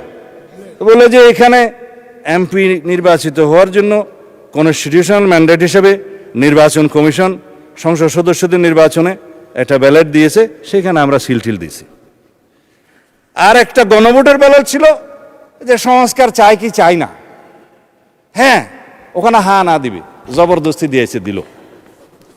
3টার মধ্যে ঠিক আছে, 1টার মধ্যে ঠিক নাই, 4টা প্রশ্নের মধ্যে। তো সেইটা তো আর নির্বাচিত হয় নাই, সেটা হচ্ছে জুলাই জাতীয় সনদের পক্ষে আছে কি নাই। তো জুলাই জাতীয় সনদের পক্ষে তো আমরা আছি, সারা জাতি আছে, সেটা দিয়ে তো সংস্কার পরিষদের কোনো সদস্য এখানে নির্বাচিত হয় নাই। শপথ নেবেন কিভাবে? এই যে মাননীয় সদস্য গ্যাজেট নোটিফিকেশন দেখাচ্ছে, আমি তো গ্যাজেট নোটিফিকেশন দেখতে দেখতে এই 70-এর কাছাকাছি আসছি, কোনটা গ্যাজেট আর কোনটা আইন সেটাই এখন বর্ণনা করছি। এখন সার্বভৌম জাতীয় সংসদের নির্বাচিত সদস্যগণ কিভাবে নির্বাচিত? সার্বভৌম জনগণের এখতিয়ার অনুসারে তাদের প্রতিনিধি হিসাবে তারা নির্বাচিত করেছে এই সার্বভৌম জাতীয় সংসদে প্রেরণ করার জন্য। আমরা ব্যক্তিগতভাবে কেউ সার্বভৌম নই, কিন্তু এই হাউস বাংলাদেশের একমাত্র হাউস যেটা সুভারেন, যেখানে যেই আলোচনায় আপনি করবেন এটা আদালতে নেওয়া যাবে না। এটাই হচ্ছে সার্বভৌমত্বের প্রকাশ। জনগণের সার্বভৌমত্ব, জনগণ জনপ্রতিনিধি নির্বাচিত করে সাংবিধানিক ভোটের মাধ্যমে আমাদের এখানে পাঠাইছে। আর একটা ভোট যেটা গণভোট হয়েছে সেটা সংস্কারের পক্ষে আছে কি না, হ্যাঁ অথবা না বলেন। আমার এই এখতিয়ার সংসদ সদস্য হিসেবে, এই সার্বভৌম সংসদের এখতিয়ার কি একটা গণভোটের সংস্কারের হ্যাঁ অথবা না দিয়ে 70%-এর কথা যেটা বলছে সেটা কি ভায়োলেট করা যায়? তারা তো বলেছে আপনি সংস্কার চান কি চান না, চেয়েছে, আমরা তো সংস্কার চাই, কিন্তু কিসের ভিত্তিতে চাই? যেটা রাজনৈতিক সমঝোতার দলিল হিসাবে জুলাই জাতীয় সনদ 2025 ভবিষ্যতের পথরেখা যেটা স্বাক্ষরিত হয়েছে ঐতিহাসিকভাবে, সেটার ভিত্তিতে সংস্কার চাই। আর প্রশ্ন উঠতে পারে,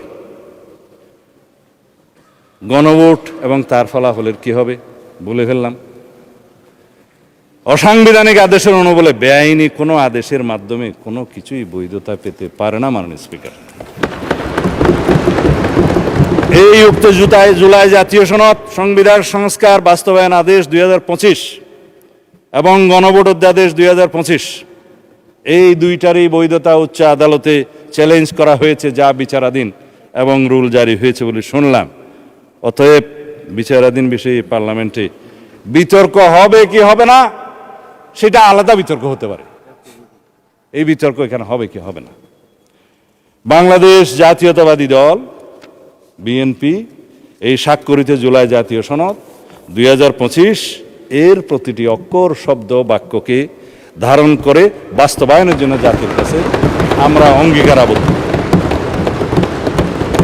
আমরা জুলাই জাতীয় সনদের আলোকে জুলাই ছাত্র গণ অভ্যুত্থানের 2024-এর শহীদের আকাঙ্ক্ষা এবং জাতির প্রত্যাশা পূরণের প্রতিশ্রুতিবদ্ধ।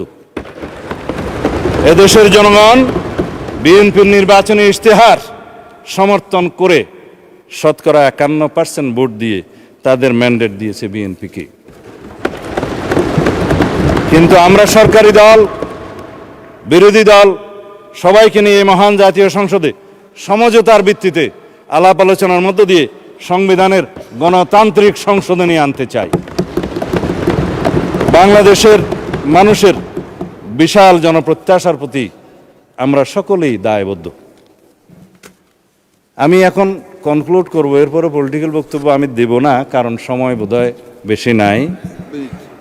হ্যাঁ, আচ্ছা, 1 মিনিট সময় আছে আপনার। ঠিক আছে, আমি 1 মিনিটে, আপনারা একেবারে না বললেও ভালো, তাই আমি আহ্বান জানাচ্ছি মাননীয় স্পিকার, আসুন আমরা সংবিধানের গণতান্ত্রিক সংস্কারের মাধ্যমে, সংশোধনের মাধ্যমে রাষ্ট্র কাঠামো মেরামতের ঐতিহাসিক অঙ্গীকার প্রতিপালন করি। সেজন্য আমি আজকে এই মহান জাতীয় সংসদে প্রস্তাব রাখছি on behalf of our leader of the house. জাতীয় সংসদে প্রতিনিধিত্বকারী সকল রাজনৈতিক দলের এবং স্বতন্ত্র সদস্যদের সমন্বয়ে সংবিধান সংশোধনের জন্য একটি সংসদীয় বিশেষ কমিটি গঠন করি এবং উক্ত কমিটিতে আমরা সকলে মিলে আলাপ আলোচনা করে সমঝোতার মাধ্যমে জনপ্রত্যাশিত সংবিধান সংশোধনী বিল এই মহান জাতীয় সংসদে উত্থাপন করি এবং সেটা সমঝোতার মাধ্যমে আমরা গ্রহণ করি। আমার সময় শেষ। ধন্যবাদ মাননীয় মন্ত্রী।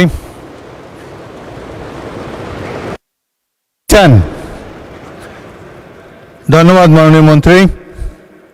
এখন আমি বিরোধী দলের নেতা তার বক্তব্য রাখার জন্য অনুরোধ করছি।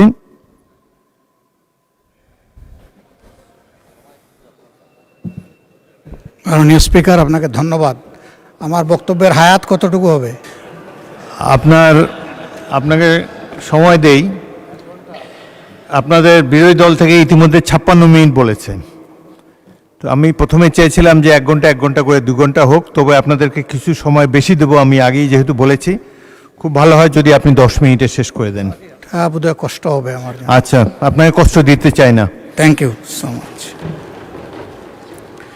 মাননীয় স্পিকার, আমি পুরা সময়টা জুড়ে সমস্ত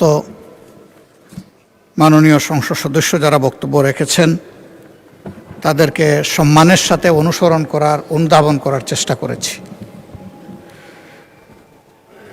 দেশ এবং জাতির জন্য সংবিধান এবং এই সংসদ,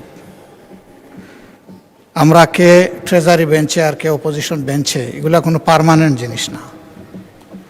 এই স্বাধীন বাংলাদেশেই কিছু দল তারা ওখানে বসতেন, আজকে তারা কোথাও নেই। আবার এখানে যারা বসতেন, মাঝে মধ্যে ওখানেও বসতেন, আজকে তারা এখানে বসা আছে। এটাই গণতন্ত্রের সৌন্দর্য। আমরা দলের অভিপ্রায় নয়, জনগণের অভিপ্রায়টাকেই আমরা সম্মান দিয়ে এখানে এসেছি এবং এই প্রস্তাবটা উত্থাপন করেছি। অতি গুরুত্বপূর্ণ বক্তব্য রেখেছেন মাননীয় স্বরাষ্ট্রমন্ত্রী। যেহেতু আন্দালির রহমান পার্থ সাহেব এখানে নেই, এই জন্য আমি এই ব্যাপারে কোনো কথা বলবো না। উনি ফায়ার করেছেন, কিন্তু কিছু কিছু ফায়ার ওনার ব্যাক ফায়ার হয়ে গেছে।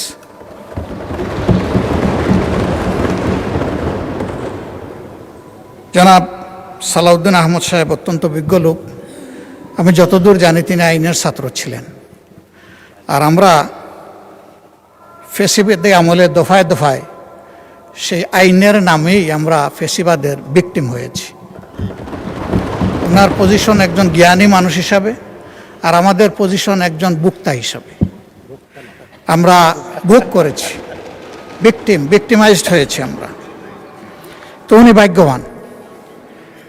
না না, আপনি আরো বড় ভিকটিম হয়েছেন, এটাও আমি স্বীকার করি। আমি সবসময় স্বীকার করি যার যেখানে যে অবদান।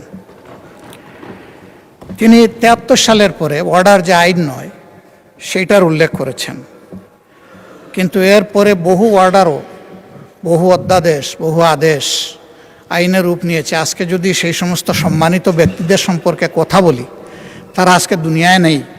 অনেককেই আমরা অন্তর থেকে গভীরভাবে শ্রদ্ধা করি, তাদের প্রতি অশ্রদ্ধা হবে। আমি সেই জায়গায় ফিরে যেতে চাই না। আবারও বলবো, সংবিধান এবং আইন মানুষের জন্য, আইন কিংবা সংবিধানের জন্য জনগণ নয়। এই জিনিসটা আমরা খেয়াল রাখলে ভালো হতো। ব্যক্তিগতভাবে আমি বিশ্বাস করি যে এখানে যারা এসেছেন তারা জনগণের মধ্যে অতি শ্রদ্ধার পাত্র। কাজেই কাউকে ঠিক হিট করে কথা বলাটা আমি কখনো সমীচীন মনে করি না, আমি সেদিকে যাব না। আমাদের জনাব সালাউদ্দিন আহমদ সাহেব বলেছেন যে আদেশটা দেওয়া হয়েছে, এইটা একটা অন্তহীন প্রতারণা করা হয়েছে। কে করেছে? ইন্টারিম গভর্নমেন্ট এবং প্রেসিডেন্ট মিলে করেছেন। তো এইটা তো জুলাইয়ের 13 তারিখ হয়েছে, নভেম্বরের 13 তারিখ হয়েছে, আর ভোট হয়েছে 26 সালের 12 ফেব্রুয়ারি। দীর্ঘ সময় মাঝখানে ছিল। আমরা প্রথমে দাবি করেছিলাম গণভোটটি আগে হোক এবং সংসদ নির্বাচন পরে হোক, কিন্তু বিএনপির দাবির কারণে, একই দিনে হওয়ার কারণে, ওনাদের গণভোট এবং সংসদ নির্বাচনের দাবিটা সরকার গ্রহণ করার কারণে ওনারা ফরমালি সরকারকে অভিনন্দন জানিয়েছে। তাহলে গণভোটটা তো ওনাদেরও দাবি ছিল। গণভোটে কি কি বিষয় অন্তর্ভুক্ত হবে তা কিন্তু আগেই তাদের ওয়েবসাইটে প্রচার করা হয়েছে। নির্বাচন কমিশন এটা করেছে যথেষ্ট সময় দিয়ে। আমরা দেখেছি, সরকারি দলও এটা দেখার কথা। এই সব কিছু দেখে শুনেও যদি আমিও বলি, মাননীয় প্রধানমন্ত্রীও বলেন যে সবাই গণভোটে হা বলুন, তাহলে আমরা দুষ্টা করলাম কোথায়, আর আমাদের মধ্যে ভাগটা হলো কোথায়? আমরা তো এক হয়েই করেছি। আমরা আমাদের জায়গায় আছি, আমরা জায়গা পরিবর্তন করি নাই। আমি ধন্যবাদ জানাই জনাব সালাউদ্দিন আহমদ সাহেবকে। উনি বলেছেন যে উনিই দাবিটা প্রথম করেছিলেন। জনগণ কি চায় সেটা আমরা জনগণের কাছে ছেড়ে দিই। যদি বেশিরভাগ জনগণ এটা সমর্থন করে তাহলে আমরা এটা সবাই মানব। বেশিরভাগ জনগণ সমর্থন করেছে, এখন এটা মানার প্রশ্ন। যদি আমরা অসাংবিধানিক বলি, আবারও বলবো অতীতের অনেক গণভোট নিয়ে প্রশ্ন উঠবে, আমি সেদিকে যাব না। অসাংবিধানিক বা সংবিধান বহির্ভূত অনেক কাজই তো হয়ে গেছে, সবাই মিলেই তো করলাম।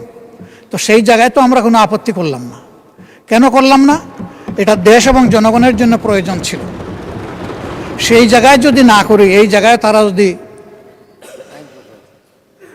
এই সপোর্টটা নিয়ে আজকে এই সংকট তৈরি না করতেন, এখানে এটা আলোচনারই দরকার ছিল না, এই সময় নষ্ট করার দরকার ছিল না। এই মহান পার্লামেন্টের, এই মহান সংসদের এই সময়টা তো আমরা ব্যয় করছি এই কারণে যে ওই কাজটা হয়নি বলে।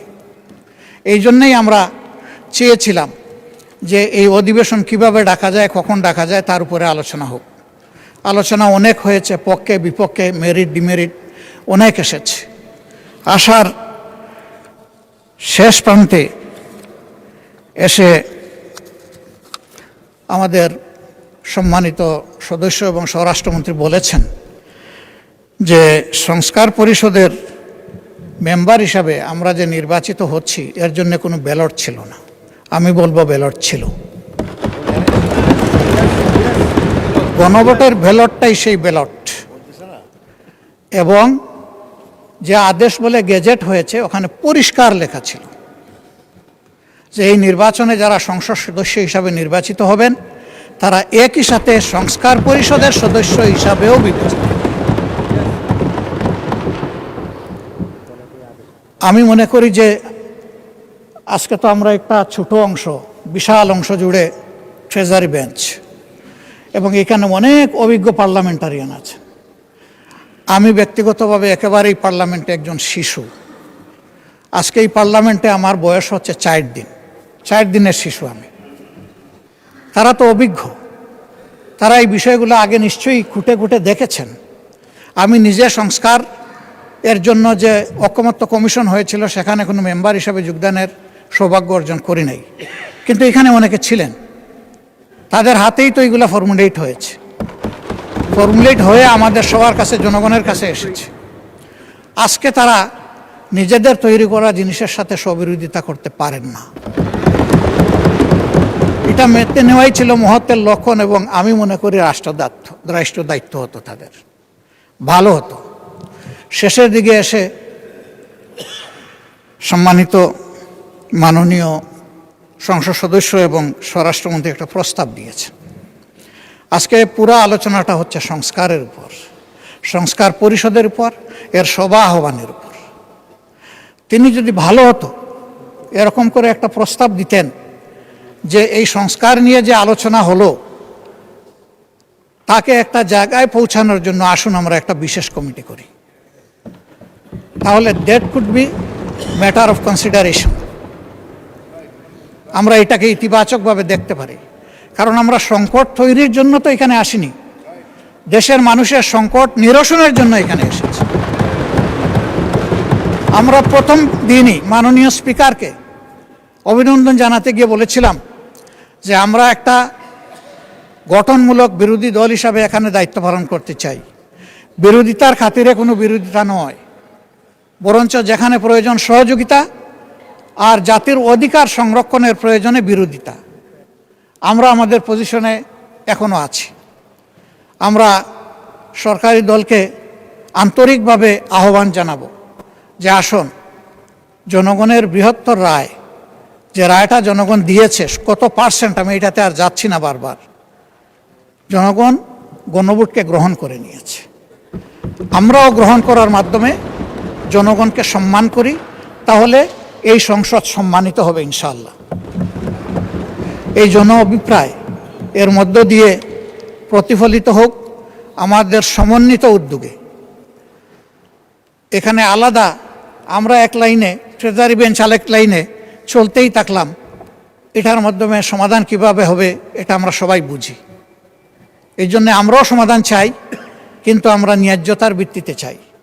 যে বিষয়ের উপরে আলোচনা হয়েছে সেই বিষয়ের উপরে একটা কমিটি আপনি যদি উত্তম মনে করেন আপনি করে দিতে পারেন, তবে সেখানে আমাদের আহ্বান থাকবে যে দুই দিক থেকেই সমান সংখ্যক সদস্য নিয়ে যেন ওই কমিটি গঠিত হয়।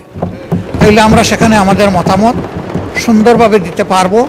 এখানে সংখ্যাগরিষ্ঠতার ভিত্তিতে যদি কোনো কমিটি গঠন হয়, তাহলে এখন যেমন এখানে ডিবেট হচ্ছে, তখনও সেখানে ডিবেট হবে, যে লাউ সেই কদুতেই থেকে যাবে, অন্য কোনো ফল আমরা এখান থেকে আহরণ করতে পারবো না। মাননীয় বিরোধী দলীয় নেতা, আপনি কনক্লুড করুন। Take another 3-4 minutes.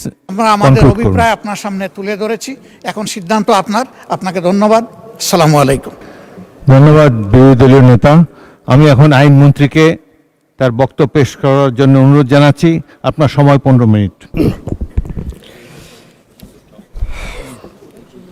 মাননীয় স্পিকার, গত কয়েকদিন ধরে সোশ্যাল মিডিয়ায় এবং আজকে সংসদে বসে মাননীয় বিরোধী দলীয় নেতাদের, বিরোধী দলের সদস্যদের সংবিধান, আইন, রাজনীতি, আন্দোলন, অভ্যুত্থান, বিপ্লব সম্পর্কে যে কথাগুলো শুনছি, আর মনে হচ্ছে আমার 30 বছরের পেশাগত জীবনের শিক্ষা, আমার 30 বছরের আইনজীবী হিসাবে যে অভিজ্ঞতা, তা কি সব মিছে, সবই ভুল, সবই কি মিথ্যে?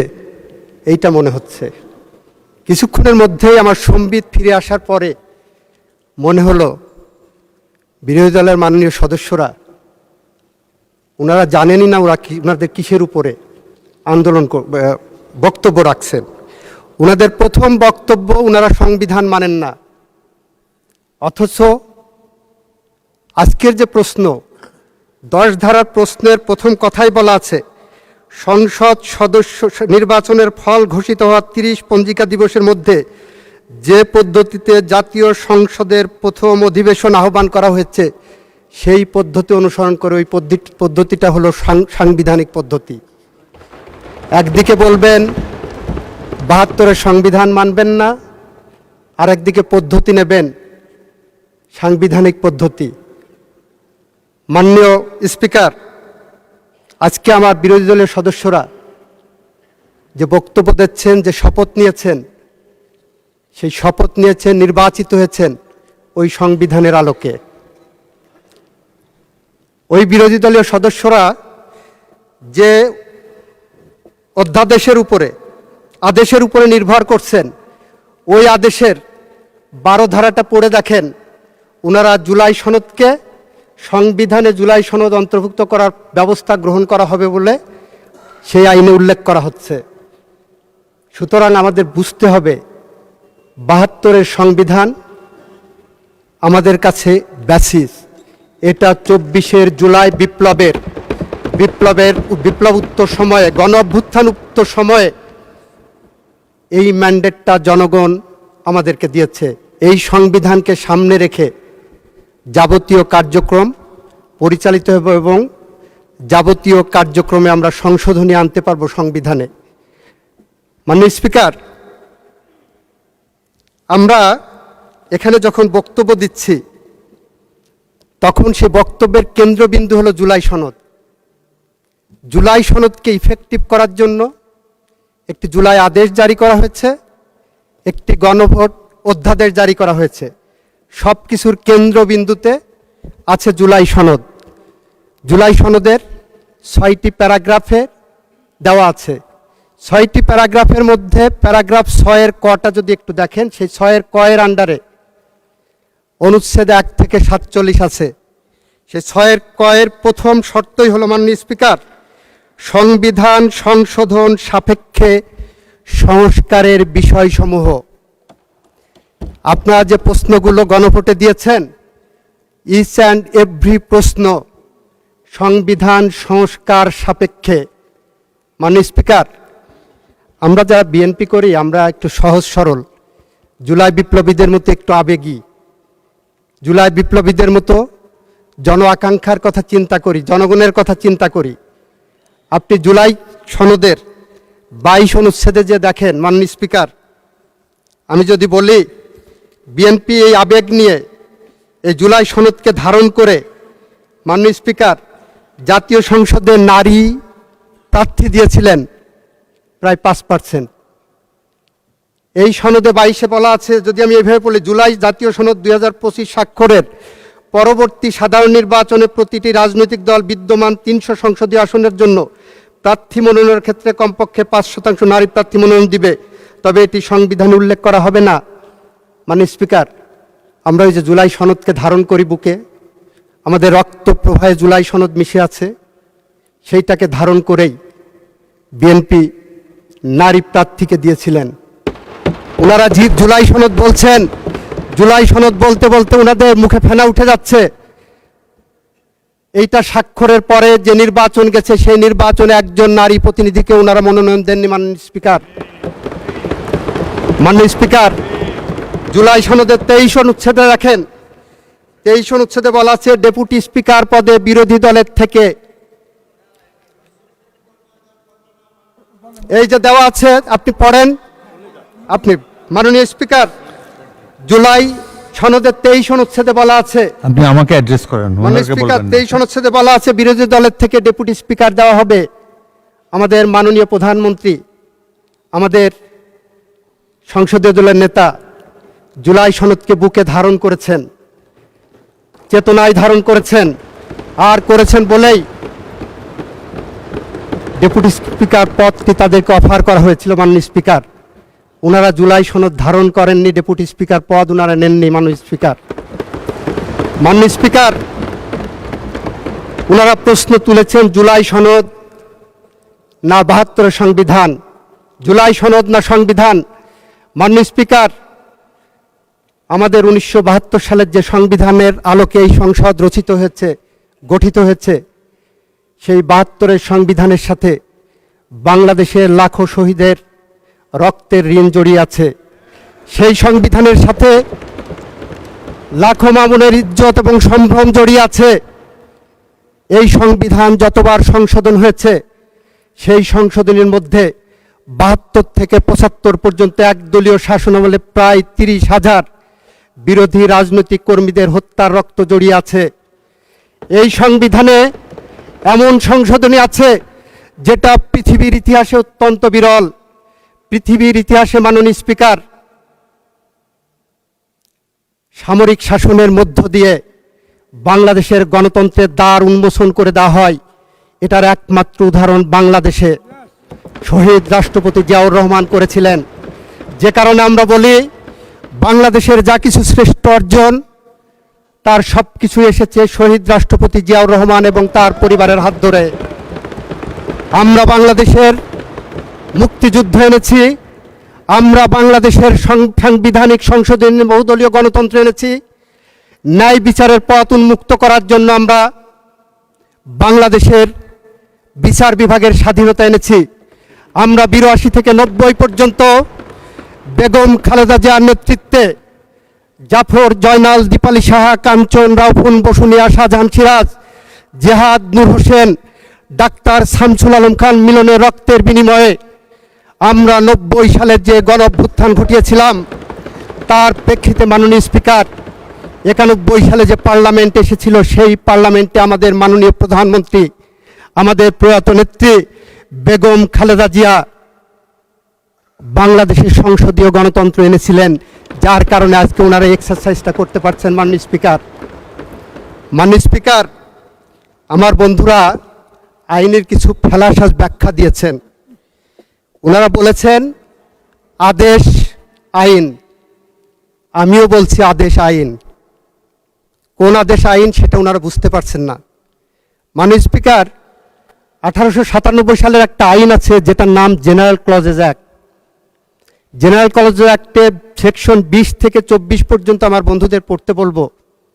সেখানে বলা আছে অ্যাক্ট অফ পার্লামেন্টের আন্ডারে অথবা রেগুলেশনের আন্ডারে কোনো অথরিটিকে যদি কোনো অর্ডার পাস করার অথরিটি দেওয়া থাকে, তাহলে সেই অর্ডারটা আইনের উপর রূপ পাবে। মাননীয় স্পিকার, জুলাই আদেশটা দেখবেন এবং অধ্যাদেশটা দেখবেন। অধ্যাদেশের উপরে লেখা আছে আর্টিকেল 93 অফ দি কনস্টিটিউশনের আন্ডারে এই অধ্যাদেশ জারি করা হয়েছে। আর অর্ডার যেটা ওনারা দেখাচ্ছেন, ওই অর্ডারের কোনো জায়গায় কোন আইনের ব্যাকিংয়ে এই অর্ডার পাস করা হয়েছে? Nothing like that. মাননীয় স্পিকার, মাননীয় স্পিকার, 190 বছরের ব্রিটিশ শাসনের বিরুদ্ধে রাজনৈতিক সমঝোতার ভিত্তিতে 1947 সালে ভারত পাকিস্তান স্বাধীন হয়েছিল, বিভক্ত হয়েছিল। সমঝোতার ভিত্তিতে ভারত রাষ্ট্র পরিচালনা করেছিলেন, 3 বছর পরে তারা সংবিধান পেয়েছিল। সমঝোতার ভিত্তিতে পাকিস্তান 9 বছর পরে সংবিধান রচনা করতে পেরেছিলেন। আমাদের 24-এর সমঝোতার দলিল হলো আমরা এই সংবিধানের পথ ধরে হেঁটে যাব, এই সংবিধান সংশোধন করব। কোন কোন জায়গায় সংশোধন করব সেটা আমরা জুলাই সনদের মধ্যে ধারণ করেছি। মাননীয় স্পিকার, মাননীয় স্পিকার, জুলাই সনদের মধ্যে যেভাবে সংবিধান সংশোধনের কথা বলা আছে সেটা একটু আপনাকে পড়ে শোনাই মাননীয় সদস্যদের জন্য। জুলাই সনদের 17 নম্বর অনুচ্ছেদে যদি যাই মাননীয় স্পিকার, সেখানে কি বলা আছে? 17 নম্বর অনুচ্ছেদে বলা হচ্ছে আইনসভা গঠন হবে। সেখানে নোট অফ ডিসেন্ট দেওয়া ছিল আমাদের বিএনপির পক্ষ থেকে। নোট অফ ডিসেন্টে বলা হচ্ছে অবশ্য কোনো রাজনৈতিক দল বা জোট তাদের নির্বাচন ইশতেহারে উল্লেখপূর্বক যদি জনগণের ম্যান্ডেট লাভ করে, তাহলে তারা সেই মতে ব্যবস্থা গ্রহণ করবে। মাননীয় স্পিকার, আমাদের ম্যান্ডেট সুস্পষ্ট আছে। আমাদের নির্বাচনী ইশতেহার অনুসারে আমরা জুলাই সনদকে একসাথে পড়ে আমরা এগিয়ে যাব, সংবিধানকে সামনে রেখে সংবিধান আমরা সংশোধন করতে বদ্ধপরিকর। মাননীয় স্পিকার, আমাদের এখানে অনেকেই বলেছেন গণ অভ্যুত্থান নয়, এটাকে বিপ্লব ডাকতে হবে। মাননীয় স্পিকার, জুলাই সনদের 38 নম্বর পেজের আপনাদেরকে দৃষ্টি আকর্ষণ করছি। আপনারা জুলাই সনদ বলতে বলতে মুখে ফেনা উঠে যাচ্ছে। এখানে 1 নম্বর প্যারাগ্রাফেই, অঙ্গীকারনামার 1 নম্বর প্যারাগ্রাফে বলা হচ্ছে 2024 সালের জুলাই আগস্টের গণ অভ্যুত্থান। আপনারা ভালো করে দেখেননি কেন আমি হবস, লক্স, রুশোর কথা বলেছিলাম? মাননীয় স্পিকার, আইন হলো একটি সামাজিক চুক্তি। ষষ্ঠদশ এবং ষোড়শ শতাব্দীতে সুইস দার্শনিক রুশো, ব্রিটিশ দার্শনিক লক, হবস বলেছেন মানুষ কিভাবে শাসিত হবে, কিভাবে চলবে, তারা নিজেরা সামাজিক চুক্তির মাধ্যমে নির্ধারিত করবেন। সেই সামাজিক চুক্তির ফরম্যাট হলো এই যে সংসদে বসেছি আমরা, এই যে আমাদের গঠনতন্ত্র, সংবিধান, এইটাই আমাদের সেই সামাজিক চুক্তি। মাননীয় স্পিকার, আপনার দৃষ্টি আকর্ষণ করে বলছি, 1972 সালে 1971 সালে 9 মাস রক্তক্ষয়ী সংঘর্ষ হয়েছিল। 72-এর যে সংবিধান, যুদ্ধোত্তর বাংলাদেশের সেই সংবিধান কিন্তু কোনো বাংলাদেশের পার্লামেন্টে রচিত হয়নি। বাংলাদেশের বিজয়ী জনগোষ্ঠী নির্ধারণ করেছিলেন যে 70-এর নির্বাচনে পাকিস্তানি সংবিধানের আন্ডারে যারা নির্বাচিত হয়েছিলেন তারা বসে একটি সংবিধান পরিষদ গঠন করবেন। সেই সংবিধানের আলোকেই সেইভাবে আমরা সংবিধান রচিত করেছি। আমাদের 24-এর গণ অভ্যুত্থানের এই বিষয়টাকে, 24-এর জুলাই সনদটাকে আপনার বড়জোর তুলনা করতে পারেন 90-এর গণ অভ্যুত্থানের 3 জোটের রূপরেখার সাথে। 3 জোটের রূপরেখায় ছিল এরশাদের পতনের পরে প্রধান বিচারপতি রিজাইন করে এসে উনি অস্থায়ী রাষ্ট্রপতি হবেন। 3 জোটের রূপরেখায় ছিল উনি প্রধান বিচারপতি পদে ফেরত যাবেন। 3 জোটের রূপরেখায় ছিল বাংলাদেশ পার্লামেন্টারি ফর্ম অফ গভর্নমেন্টে যাবে। ইয়েস, ইট ইজ বিএনপি যে তার রাজনৈতিক অঙ্গীকার রক্ষা করে 1991 সালের পার্লামেন্টের পরে জাতীয় সংসদে সংশোধনী এনেছেন। মাননীয় স্পিকার, আমরা আপনার সামনে বলতে চাচ্ছি, আপনার মাধ্যমে সংসদকে বলতে চাচ্ছি, আমরা যেমন জাফর, জয়নাল, জিপালশা, কাঞ্চন, রাউফুন, বসুনিয়া রক্তের কাছে ঋণী, আমরা যেমন 72 থেকে 75 আসাদ, বাচ্চু, মাসুদ, হারুনের কাছে ঋণী, আমরা যখন 24-এর গণ অভ্যুত্থানের আবু সাইদ, মুগ্ধ, আনাস, ওয়াসিমের কাছে ঋণী, ঠিক একইভাবে আমরা এদেশের 30,000-এর মতো পঙ্গু জুলাই যোদ্ধাদের কাছে ঋণী। আমরা বিশ্বাস করি ফ্যাসিস্টদের বিদায়ের জন্য শুধুমাত্র গুটি কয়েক আমাদের মতো রাজনৈতিক কর্মী এখানে আসেনি। ফ্যাসিস্টদের বিদায়ের জন্য দীর্ঘ 17 বছর বাংলাদেশে বিএনপির উপর এবং আপনাদের উপর স্টিম রুলার চলেছে। আপনারা যদি নির্যাতিত মানুষের মুখচ্ছবি খুঁজেন, তাকিয়ে দেখেন আমার পার্লামেন্টের সংসদ নেতা বাংলাদেশের নির্যাতিত মানুষের প্রতিচ্ছবি। মাননীয় স্পিকার, আমার সময় শেষ হয়ে যাচ্ছে। আমি মন্ত্রী হিসাবে আপনার কাছে আরেকটু সময় বাড়িয়ে দেওয়ার জন্য অনুরোধ করছি, কারণ 15 মিনিট সময় দিয়েছেন আমাকে। আমি একটু সময় চাচ্ছি মাননীয় স্পিকার। মাননীয় স্পিকার, আপনি 2 মিনিটের মধ্যে আপনার বক্তব্য শেষ করেন, কারণ বিরোধী দলকে একটু বেশি টাইম দিতে চাই আমি। অলরেডি আপনি 15 মিনিট শেষ হলে 1 ঘন্টা বলা হবে আপনার। আচ্ছা, 3 মিনিট, আর 3 মিনিট বলেন। বিরোধী দলকে একটু বেশি টাইম দেন মাননীয় স্পিকার। বলতে বলতে তো 1 মিনিট, চাইতে তো 1 মিনিট চলে গেছে মাননীয় স্পিকার। আচ্ছা, ঠিক আছে, দেন 5 মিনিট। তাহলে বিরোধী দলকে মাত্র আমি 1 মিনিট সময় বেশি দিলাম। মাননীয় স্পিকার, আমাদের চেতনার উৎস শহীদ রাষ্ট্রপতি জিয়াউর রহমান, আমাদের প্রেরণার উৎস বেগম খালেদা জিয়া, আমাদের সাহসের বাতিঘর, আমাদের এই মহান সংসদের নেতা, আমাদের মাননীয় প্রধানমন্ত্রী তারেক রহমান। মাননীয় স্পিকার, আমরা প্রতিদিন যখন কাজে বের হই, রাজনৈতিক কাজ আর যে কোনো কাজে যাই, আমাদের মনে হয় আমাদের চেতনার সাথে, আমাদের সাহসের সাথে, আমাদের প্রেরণার সাথে এখনো বেগম খালেদা জিয়া জড়িয়ে আছেন। মাননীয় স্পিকার, আমরা বিশ্বাস করি, আমরা যারা বেগম খালেদা জিয়ার সাথে রাজনীতি করেছি এই বাংলাদেশে, আমরা বিশ্বাস করি বেগম খালেদা জিয়া সাত আসমানের কাছে পাশে দাঁড়িয়ে বলছেন, চলে যাওয়া মানে প্রস্থান নয়, বিচ্ছেদ নয়, চলে যাওয়া মানে নয় বন্ধন ছিন্ন করা আর্দ্র রজনী, চলে গেলে আমারও অধিক কিছু থেকে যাবে আমার না থাকা জুড়ে। মাননীয় স্পিকার, সত্যিই তাই। কবি রুদ্র মোহাম্মদ শহীদুল্লাহর মতো বেগম খালেদা জিয়ার এই প্রেরণা আমাদের প্রেরণার উৎস হয়ে আছে। আমরা তাই বলছি, আইনের ভুল ব্যাখ্যা নয়। মাননীয় স্পিকার, আমাদের এক বন্ধু প্রশ্ন করেছেন, যতক্ষণ পর্যন্ত এটা আল্ট্রাভাইরাস ডিক্লেয়ার না হবে ততক্ষণ পর্যন্ত this is a valid law. মাননীয় স্পিকার, এই আদেশ কোনো লই না, এই অধ্যাদেশ it is a colourable exercise, colourable legislation, যেটাকে আইনের ভাষায় বলা হয় this is a fraud on the constitution. This piece of legislations are committed a fraud on the constitution. কনস্টিটিউশনে যে পাওয়ার দেওয়া নাই সেই পাওয়ার এখানে এক্সারসাইজ করা হয়েছে। এই পার্লামেন্ট সার্বভৌম পার্লামেন্ট, এই পার্লামেন্টকে কোনোভাবেই কোনো আইন দিয়ে বাধ্য করা যায় না। মাননীয় স্পিকার, মাননীয় স্পিকার, আর অর্ডারের ফেট তো বলেছি, সাংবিধানিক কোনো অর্ডার দেওয়ার ক্ষমতা বাংলাদেশ সংবিধানের চতুর্থ তফসিলের মাধ্যমে বন্ধ করে দেওয়া হয়েছে। কারণ যখন সংবিধান ছিল না মাননীয় স্পিকার, তখন প্রেসিডেন্ট অর্ডার পাস করতে পারতেন।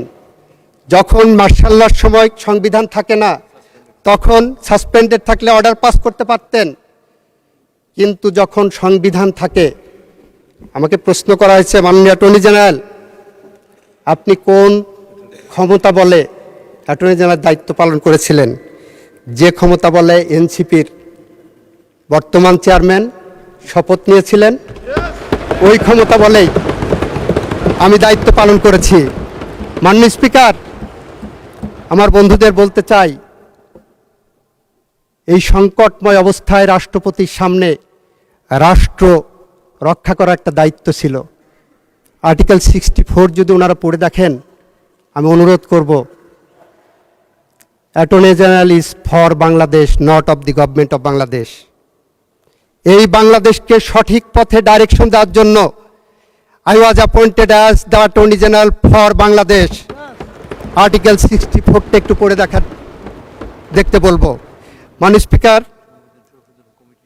আমি পরিশেষে বলবো, আমাদের মাননীয় স্বরাষ্ট্রমন্ত্রী একটি প্রস্তাব দিয়েছেন, বিরোধী দলের নেতাও কিন্তু ইনডিরেক্টলি প্রস্তাবটা গ্রহণ করেছেন। উনি বলেছেন সদস্য সংখ্যা 50-50 হলে ভালো হয়। মাননীয় স্পিকার, বিচার মানেই তালগাছটা আমার। 219 জন সংসদ সদস্যের প্রতিনিধিরা পাবেন 50%, 77 জনের প্রতিনিধিরা পাবে 50%। এটা কোথায় আছে মাননীয় স্পিকার? পৃথিবীর কোন জায়গা আছে? এটা কি বৈষম্য না? এটা কোন আইনে আছে? সে কারণে আমি বলবো, আমাদের মাননীয় স্বরাষ্ট্রমন্ত্রী যেটা প্রস্তাব করেছেন, একটি সংসদীয় কমিটি গঠন করার জন্য, বিশেষ কমিটি, সেই কমিটি সংবিধান সংশোধনের জন্য যে বিশেষ কমিটি গঠন করার প্রস্তাব করেছেন, মাননীয় বিরোধী দলীয় নেতাও যেটাকে অ্যাকসেপ্ট করেছেন, আপনি একটি কমিটি গঠন করে দেন, এই সংসদ একটি কমিটি গঠন করুক, সেখানে আমরা সব কিছু আলোচনা করে চুলচেলা বিশ্লেষণ করে জুলাই সনদের পথ ধরে আসেন আমরা এমন একটি সংশোধনী আনি, যে সংশোধনী বাংলা। ধন্যবাদ মাননীয় মন্ত্রী। অত্যন্ত প্রাণবন্ত আলোচনা হয়েছে। মাননীয় বিরোধী দলের নেতা জনাব মোহাম্মদ শফিকুর রহমান কর্তৃক উত্থাপিত কার্যপ্রণালী বিধির 62 বিধিতে আনত মুলতবি প্রস্তাবটির উপর আলোচনা এখানেই শেষ হলো। মাননীয় সদস্যবৃন্দ, সংসদের বৈঠক আগামী 1 এপ্রিল 2026 18 চৈত্র 1432 তারিখ রোজ বুধবার পর্যন্ত বিকাল 3:30 ঘটিকা পর্যন্ত মুলতবি করা হলো। ধন্যবাদ সবাইকে, আপনাদের সহযোগিতার জন্য ধন্যবাদ। বাকি কথা থাকলে আগামীকালকে শুনবো। ধন্যবাদ।